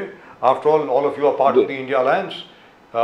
उम्मीद करते हैं, उम्मीद कर दुनिया कायम है। थैंक यू वेरी मच, नमस्कार। दुनिया कायम है सर, हम और आप कायम है। यस, नमस्कार। नमस्कार। Mahmood Deshmukh Sahab, he's not very happy with the way things are going. Naturally, he's not very happy, especially where the NRC is concerned. In the NRC, the government really has to take a call on what they need to do. But I tell you what, the old conditions that were imposed, I don't think they'll apply anymore, because now everybody has been more or less identified as to who they are, what they are. Everybody has an Aadhaar card, everybody has some form of identification or the other. So I don't think the problem will be that much. And if there is a problem, Pradeep ji, it will be across the board. It will be for everybody. Not just for one class of people. As Mahmood Deshmukh Sahab rightly said, it won't be just the Muslims who are going to be troubled, it's going to be everybody. That's it. So I don't know why people think the NRC is against Muslims. It isn't. NRC is a national register of citizens. We need to know who our citizens are. We are the only country in the world, civilized and democratic country in the world, that does not know what makes a citizen. By the way, the definition of citizen has still not been decided upon as yet. So I hope we have some clarity over there. But at the moment, let's go across to a very, very important issue indeed. It's not just an issue, it's and you will be very familiar with it, Pradeep ji, because you've lived there too. After all, you have worked in Air India. The Air India colony demolition. Now that's created a storm, so to speak. In spite of the fact that the Supreme Court had asked for protection to continue, in spite of that, the allegation is that the new owner, namely Mr. Adani, who's the lessee here, by the way, he's not the owner. The owner of the land is still the state government. It has been leased to whosoever owns MIAL and all the other, subsidiary companies which are involved, who have come in and who have demolished a couple of buildings over there. So let's ask, at the moment we have with us today from Air India, I think, and a person very, very familiar with the entire Air India issue. We have Chow Mikhelan. Chow Mikhelan, very good evening to you. Good evening, sir. Good evening. How are you? So, fine, sir. Thank you very much. So, could you give us an overview, Mr. Mikhelan, on what is going on here? Yeah, actually, if you see recent development on past couple of days back, the Adani people came to demolish our colony. We were surprised because already the case is on Supreme Court. Yes. And previously, whatever petition we filed in Bombay High Court, the Adani and Mial, they have distanced themselves that they have got nothing to do. And even in the recent affidavit filed by Government of India in Supreme Court, they have stated that the land belongs to Air India Asset Holding Limited. So we are very surprised that from where the Adani suddenly cropped up saying that claiming this land to be their own. Gee. And they have come with a huge police force, Huge police force. Yes, huge police force, and there were a lot of people. I think we got some footage of that, which was some footage is there because I think our engineering will just look into it. We saw, yes, that's it. Huge police force was out there with JCB machine, and I'm told that they did manage to break some structures, one or two structures, part structures. What did they manage to do?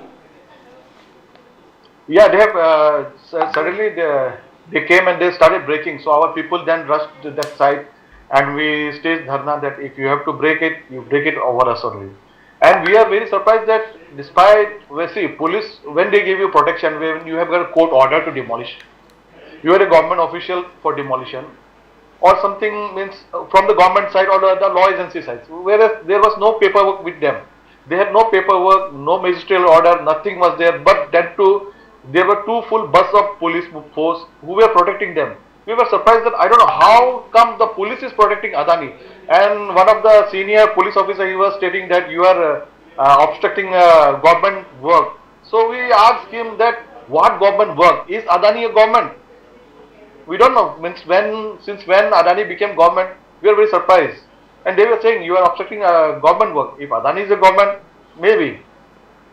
No, But wait a minute. yes, yes. Didn't the Supreme Court, because the case right now is being heard from the Supreme Court, and Mr. McKellen, the Supreme Court has continued the protection granted to you against use of force.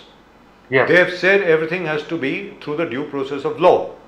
Yes. So how did these people have the courage or the gumption to do this? Because this is contempt of court, isn't it? Correct.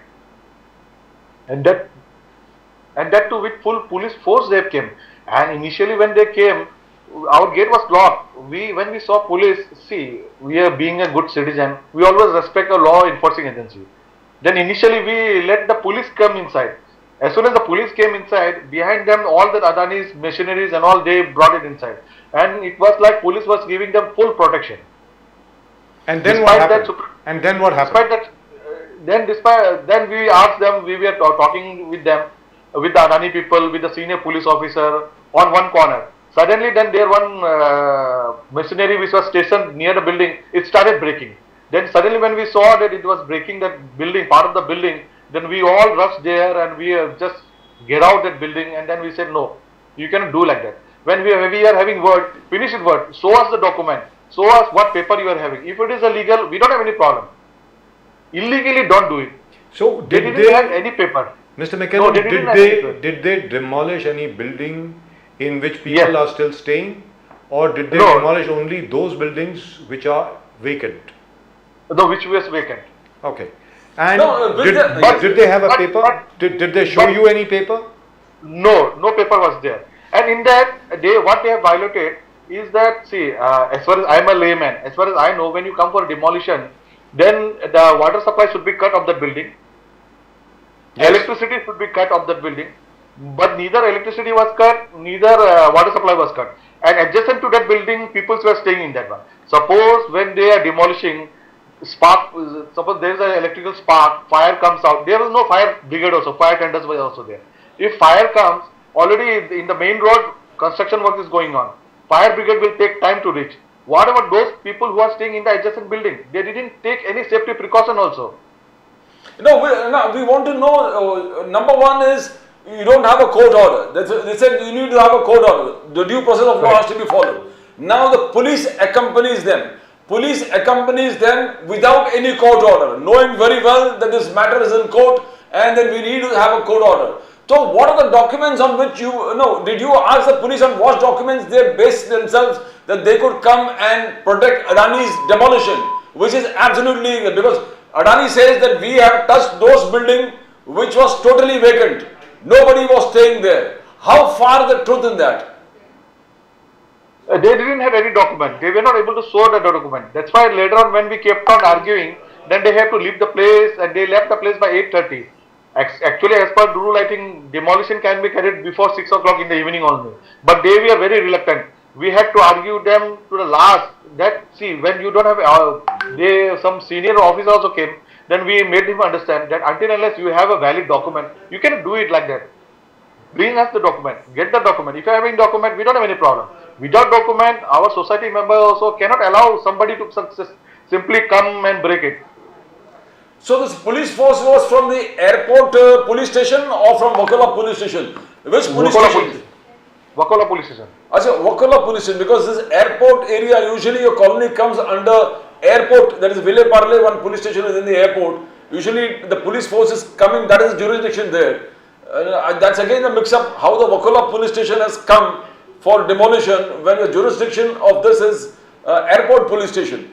I mean, that's what I decipher. How do you see that? Previously also when they came, one last time also they came, some 2-3 weeks back. That time also even we intimated the senior police officer in the Wakola police station, showing him all the documents about the Supreme Court case pendency and whatever verdict was there in the High Court, Bombay High Court, and verdict in the Supreme Court. But I don't know. Now we don't know what is there inside. Commenting that is also not good. But things is not good how it should be. Right, at the moment, Mr. McKellen, at the moment with us, we also have Mr. Santosh Suryavanshi, also from Air India. जी, संतोष सूर्यवंशी साहब नमस्कार। नमस्कार sir जी। नमस्कार, बताएं क्या हुआ sir उस दिन कौन सी डेट थी, क्या हुआ, कितने लोग आए, क्या हुआ, बताएं जरा. Actually, sir, there were so many bouncers and police. Bouncers. Wow. Yes, sir. Wow. Gee. And then what happened? Please go ahead. Then, firstly, police officers and the police force came inside our gates, and Yes. again they were followed by bulldozers and Adani peoples and Mial peoples, and Please go ahead. बोलो, Go बोलो. ahead. बोलिए. our peoples, our residents asked them to produce any documents if they are having, but they don't show any documents to us, and they just go erupted, means they just want to demolish at any cost. Just they are in hurry. What hurry they have, we don't know. They want to just vacate the colonies. Despite of the colony case is going on in Supreme Court, we have fought in High Court also, but they are just reluctant to demolish and vacate the colony, evict the colony, and hand over all the land to the Adani peoples or MIA. Right. You know, so Mr. Suryavanshi, old Air India colony, new Air India colony, Indian Airlines colony, yeah, मिला के how much area is this and how many buildings are there? I think it is near about 184 acres of the piece of land. 184 plus. Yes. 184 plus acres. Yes. 184 acres, Yes. I think. And how many buildings? Near about it's near about 120 or 140 buildings, I think. Mr. I'm not McKellen, do confirmed you have about any the idea? building How numbers. many? Mr. McKellen, do you have I'm any not idea? confirmed about building numbers. Approximately, I think 140, 150 buildings should be there. Yeah, right. Okay. You And might. so Mr. Suryavanshi, how many people are staying there right now? Near about 400 people are staying, sir. 400. 400 families are staying 400 in the families. colonies. So which means around Yeah. 2,000 people. Yeah, near about, you can say 2,000 people. You know, so, Mr. Suryavanshi, the Adani group was trying to tell the media that where they went in old Air India colony, there is no one staying there. How far is true? This 400 families is scattered over the 3 colonies, or it's a new All Air India 4 colony, colonies. or All 4 colonies. all 4 colonies. Acha, the one before the Air India, or the okay, the new other Air India. So 400 families. Old are- Air India colony, New Air India colony, then Indian Airlines staff colony, Indian Airlines officers colony. Okay. So 141 buildings around, and now what is the plan? Because this seems to be a contempt of the court. This is a contempt of court. Are you all moving the Supreme Court, telling the court that look what is happening? Sir, we are urging you that you should fight for us, because we are not against the law. We are following totally law. Then we should have justice, and for that we need your help. Exactly. Right. So We have already filed a case in Bombay High Court regarding this demolition, Yes. and tomorrow we got a Yes, yes. hearing, and we got a protection from the Bombay High Court also. In that same, they have got an affidavit from Mial and Adani that they will not do any such kind of thing, repeat such kind of thing again till the hearing is completed. Because we have applied for session court also. In session court, it was turned down. Then finding no other option, we had to approach High Court. and the hearing is tomorrow in the High Court, but you have In interim. High Court, But you have Yeah, interim tomorrow- protection. yeah, So which means they can't come tonight and demolish. yeah, correct. All right. So in any event, as far as the Supreme Court is concerned, till the pendency of the case in the Supreme Court, they can't demolish anyway. I mean, I don't think so. They can't do anyway. But despite that, they are doing it. I don't know. Yes. Police is giving the protection. We don't know how come and all like that. I hope whosoever your lawyer is in the Supreme Court will argue well. Who is We are very. who is the arguing counsel in the High Court, sir? Mr. Sanjay Singhvi. Mr. Sanjay Singhvi. Yes. Okay, I hope he does a good job, and I hope he gets justice for you. So I'll ask you both one by one. Mr. McKellen, you go first. What do you expect from the court? So, what we expect is, see, basically if you see, now for example, you take my case itself, there are plenty of cases like me. We have came here leaving good private job, few of us has came leaving government job also, assuming that this is also a government company. No one of us thought that this will suddenly become private. That is the differential. Then house, at this juncture, buying a house nearby this locality for 2 crore is not possible from our side. And we have assumed that till my retirement, I will be staying here only. My kids are there. My daughter sees in 9th standard. Now in this juncture, I cannot move out of the city also. So it's very dilemma. So what we want is, we want to have a accommodation till our retirement. What it was there when we get appointed. As per our service condition, we are supposed to get our house till our retirement. We want our house in retirement. We are not saying that we want to occupy all the 4 colonies. You can adjust us in any one of the colony or half of the colony or somewhere else you can accommodate us. But what we want is, we want a house till our retirement. That's all we want. That is what we are expecting from Supreme Court also, that they will show leniency towards us. Now we came from so far away places, all the people in India who are working, AESL, different companies, subsidiaries, all belongs to all over the India. And what we want is, nobody can afford a house now. They were very good times, Mr. McKellen.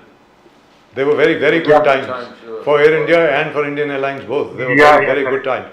But the only thing over here, before I come to you, I'll come to you, Mr. Suryavanshi, one second. Let me just finish with Mr. McKellen first. Mr. McKellen, the Bombay High Court, in the 3 petitions that you had filed before the Bombay High Court, the Bombay High Court dismissed all of them.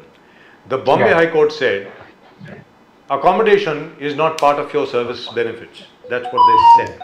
Yeah. So you are challenging that in the Supreme Court, right? Correct. We are challenging the dispute. Right. So, अब आप बताइए, सूर्यवंशी साहब, could you please tell us? Sir, What do it is you partly expect right from the that- court? What do you expect from the court? What do you expect the court to do? In Bombay High Court, we were fighting it for that is our service condition, and we are fighting for that only. And it is not said by Bombay High Court that it is not our service condition. Adversely, court said to Labour Ministry that it should be considered as a dispute between unions and company, and it should be decided by CGIT whether it is service condition of them or not. That the order give by High Court of Bombay. Firstly, and again they refused to comment on that, and they said no, we have decided that it is not their service condition. Again we approached High Court, and again High Court said that you may consider it again to say that whether it is service condition or not. Both times Government of India refused our dispute to CGIT, and we are asking Supreme Court to intervene and let us see whether it is our service condition or not. It may be decided by CGIT. That's our basic pay in the Supreme Court, and we are fighting for that only. And we are not here for being a owner of colony or staff quarters or all the things. We are here to see and say that we want this accommodation till only our retirement. We are not asking anything other than this. And this is our agreement with our company, which have provided us quarters, that you are able to live here in these quarters up to my retirement. That's what I am asking, which has been agreement with our company. That's it. We want this only, nothing else, sir. Mr. McKellen, they provided any other accommodation, quarters, anywhere else around Mumbai? Has Air India provided you any other accommodation? No, not yet. Not in Mumbai, Navi Mumbai or something like that? There were talk there? No, there's no talk like that. There is no accommodation at all? No. So what do they expect you to do after they demolish the houses you are living in? To go on the street, to set up a tent, sit on the runway? What are you supposed to do? That's what we want to know. Whether they also want us to, illegal occupant or jhuggi jhopari wala, sit down in a bridge below a bridge, make a tent and stay there with the family, because we have got nowhere to go. So, sir, just to clarify, because we've just received a question. Are you still working for Air India? I am working with AIES. It's a subsidiary company. Okay. And that now belongs to Mr. Adani, or it belongs to Mr. Tata? No, it belongs to Government of India, Ministry of Civil Aviation. It belongs to the Ministry of Civil Aviation. So you are a Ministry of Civil Aviation employee. Yes. So being a Ministry of Civil Aviation employee, you are a government servant. Correct. So how can a deal between a private company and the Airport Authority of India and the state government apply to you. Your service conditions remain the same. Correct. I'm just trying to figure out. This now even we also don't know. So now you see, sir, when the case is going on, now even parallelly we are facing an eviction procedure also. Yes. From Mial, Adani and Airport Authority. That is Eviction Mial is the procedure is Mumbai not- International Airport Limited, which used to Yes, belong to correct. GVK and which is now with the Adani Group. The Adani Group. And now the Adani Group itself and from Air India. Okay. Yeah. So that eviction procedure has started from the month of July 2023. Now on November 2023, Government of India is giving in one of the affidavit which they submitted in Supreme Court, stating that this land and property belongs to Air India Asset Holding Limited. But whereas the eviction procedure from Adani Group has started in the July 2023 itself. Now we don't understand that when you have started an eviction procedure in July 2023, how come Government of India is giving one of the affidavit in Supreme Court in November 2023, stating that this property belongs to Air India Asset Holding Limited. Now who is what they are telling? It's all very big masala going on. So Air India, the Air India that has started proceedings against you is the Air India Asset Holding Company that has started proceedings. No. The eviction procedure is started by Adani now from July 2023. No, but you said three people have started the thing against you. One is the Adani Group, one is MIAL, which belongs to Adani, and the third you said is Air India. Which Air India? Not Air India, Airport Authority. Airport Authority of India. Okay, AIAI. No, but they all same. They all same. They all the same parent company. That's right. But this Adani, is rather sad. MIL, and airport authorities. Actually, very frankly speaking, Pradeep They are all the same. They are the same agency. Pradeep Now, the ji, point is- I'd like to ask him a question. Just Yes, one yes. second. Both Mr. McKellen and Mr. Suryavanshi. You know, when we heard that Mr. Ratan Tata is taking over Air India, we were so happy. We thought he would really look after all the employees of Air India, the way all Tata employees are looked after. Did you feel the same thing, Mr. McKellen? Very much. Even we were having so much speculation. A lot of my colleagues who went to Air India now, we thought, because up to now, what we know, even Tata Steel, you go for any of the Tata companies, they have been very good with their employee. Yes. Right from accommodation, welfare, means welfare-based company it is, and everybody was expecting that Tata, when taken, your welfare will be taken care of. That's what we They expected. may not be a very good paymaster, but welfare-wise, they are the best in India. That's right, they are. So what happened? When you learnt that you are not under the Tatas, what happened at that time? You were given a 1 year's notice, correct? Immediately when Tata took over Air India, you were given 1 year's time to vacate the premises. Yeah, And correct. that was coercive. Now the point is, now we are worried about the coercive steps that they are taking. Now I have been told that many salaries are being kept on the hold. They are being giving you penalty, penalty deduction from your salaries. Now this is totally against the very norms of service rules. natural justice when the matter is already in the Supreme Court.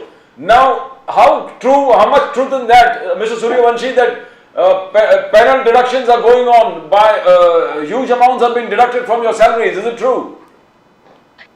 Firstly, they deducted some amounts from our salaries, but later on they redeposited in our accounts.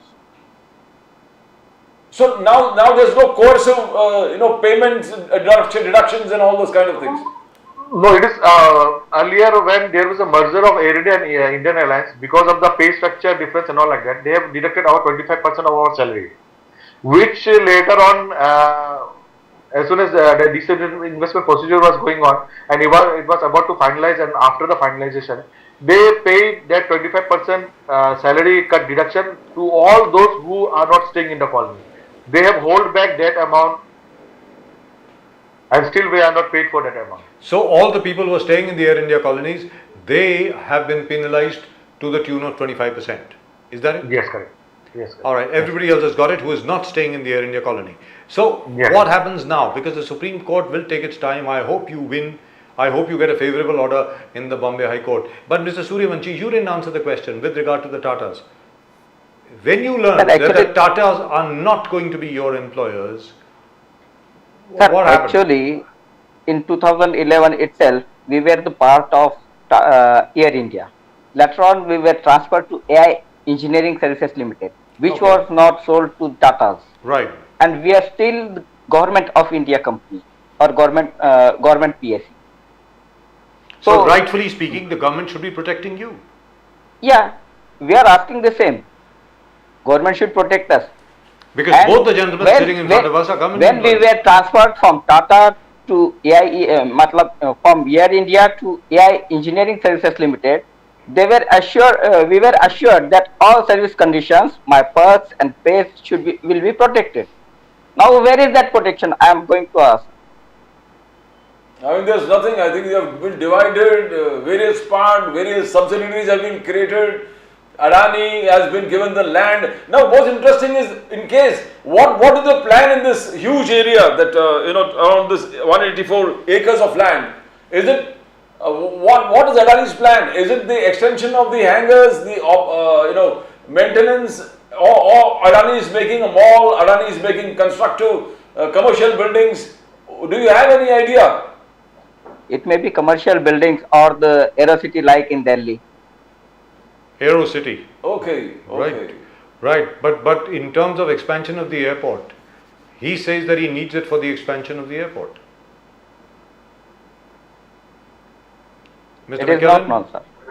Official is See, not known. Nothing. Nothing is known. But as far as Mr. Adani is concerned, let's be very clear. Pradeep ji over here, Adani was told that this is not your problem. We will solve the problem for you when he was given the land. So as far as he is concerned, he says, and this is what Mr. Adani says.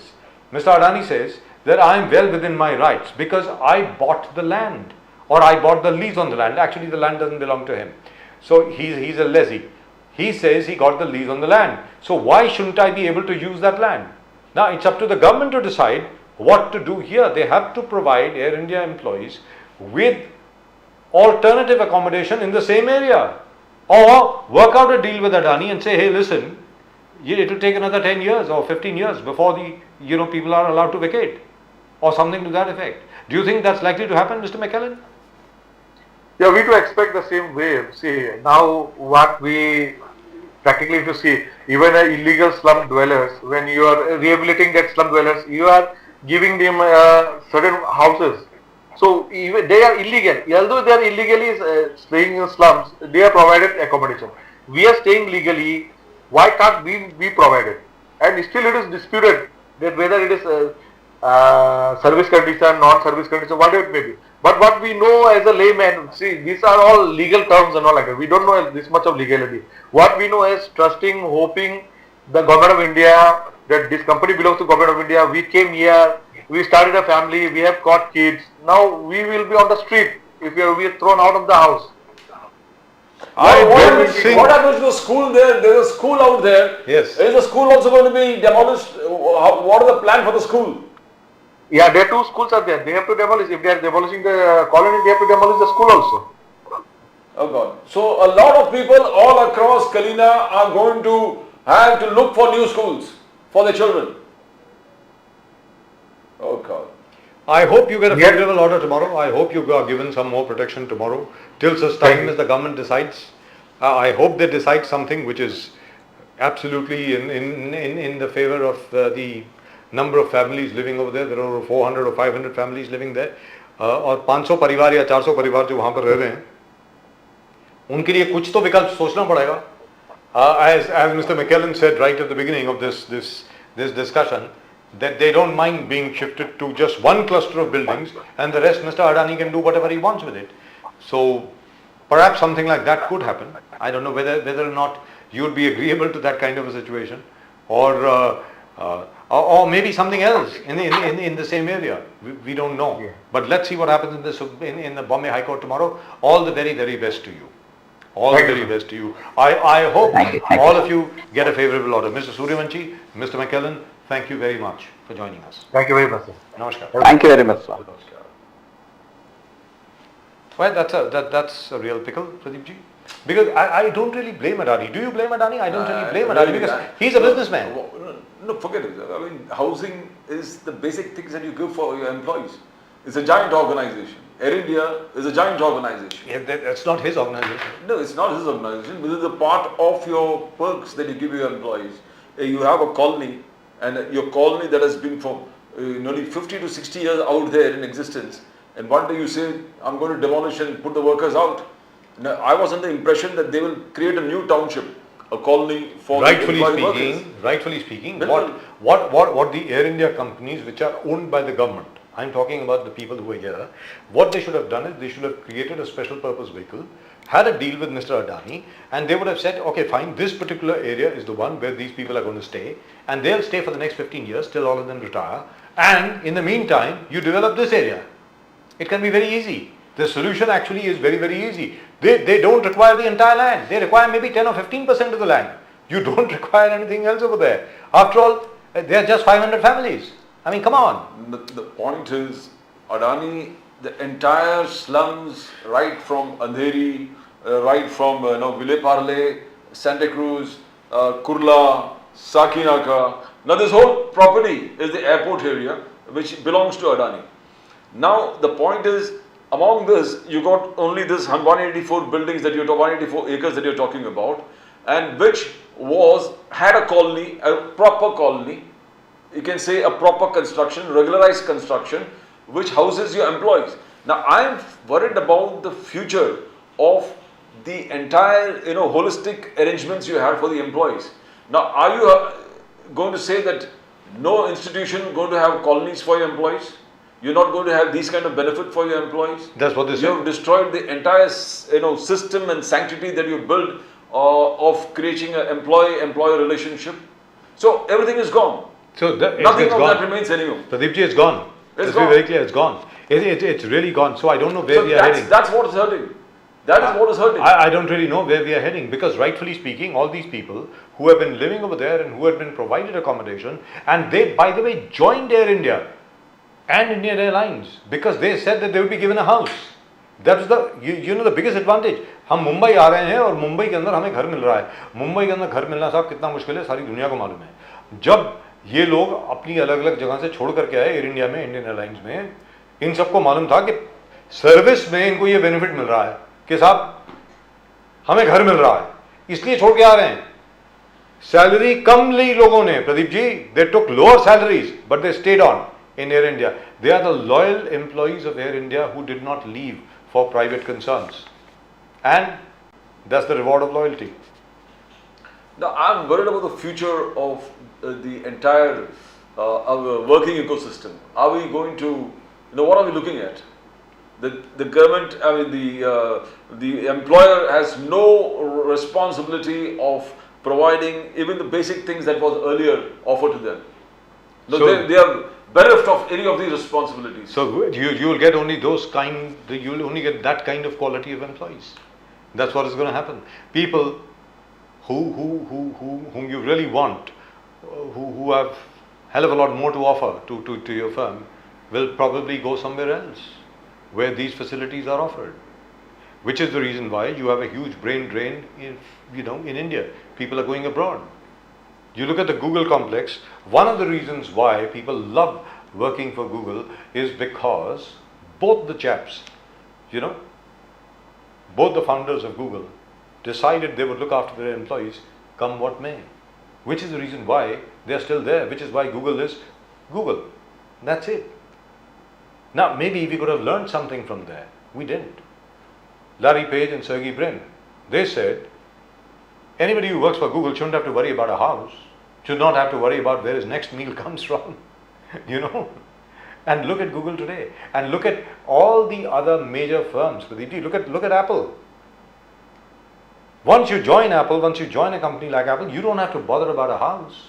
You don't have to bother about where your kids are going to go to school. You don't have to bother about your lunch or your dinner. That is what earlier Air India was. I mean, people Yes. would love to work for Air India. That's right. You had a colony, That you made were it, traveling, you had Pradeep ji, this. that made it one of the top Yes. 3 airlines in the world. Bilkul. At one time, I remember when every airline was running at a loss, Air India was the only airline in the world which was making a profit. And it was internationally competitive. Yes, that's right. It was internationally competitive. Not only was it competitive, it was the most profitable airline in the world at that time. Till you came along, what did you do? You first merged Indian Airlines with Air India, then you demerged, then you did all sorts of other things. You had ministers coming over here, you had bureaucrats coming over here who looted Air India. This happened. It really happened. And one day, perhaps Pradeep ji will come out with the real truth about Air India. He knows all the inside out of Air India, and we must come out with it. But there's an entire report in the parliament. And Yes, there is, and nobody's looked at it. Nobody's looked at it. No one has looked at it. It's a scam worth over 3 lakh crores, by the way. I can give you that figure. And that figure is about 8 years old, 9 years old. 3 lakh crores is what we're looking at. Today, it would be what? Almost 8 lakh crores? Or thereabouts? Well, I hope they get a good order tomorrow. I hope people don't have to lose their houses, because they have to work and they have to fight too. Because there's nothing worse than losing a house. Right, that's just about it for tonight's show. आज के show में सिर्फ इतना ही. आप सब लोगों को प्रदीप जी और मेरी तरफ से नमस्कार. जय हिंद, जय महाराष्ट्र, जय भवानी, जय शिवाजी, वंदे मातरम. और इसके पहले कि आपसे विदा लें, एक बार फिर अपने कमेंट जरूर भेजें. आज कोई कमेंट्स नहीं ले रहे क्योंकि शो जरा लंबा चला है. We'll take them tomorrow. There are lots and lots of comments left. आप जरूर अपने कमेंट भेजते रहें. सब्सक्राइब करें चैनल को. ये चैनल आपका चैनल है, और जो भी हम सवाल पूछते हैं इस चैनल पर उसका जवाब जरूर भेजें. Today, by the way, was a great day. We had Mr. Lakshman Saji from Ayodhya, and we had Mr. Sanjay Thakur from here, and it was very nice. And we loved hearing Pradeep ji's bhajan. I hope he makes a habit of that, and I hope we hear something from him every day. To come out when he sang, just really and truly wonderful. That's it. That's all we've got for you in tonight's show. आप सबको हर हर महादेव और जय सिया राम.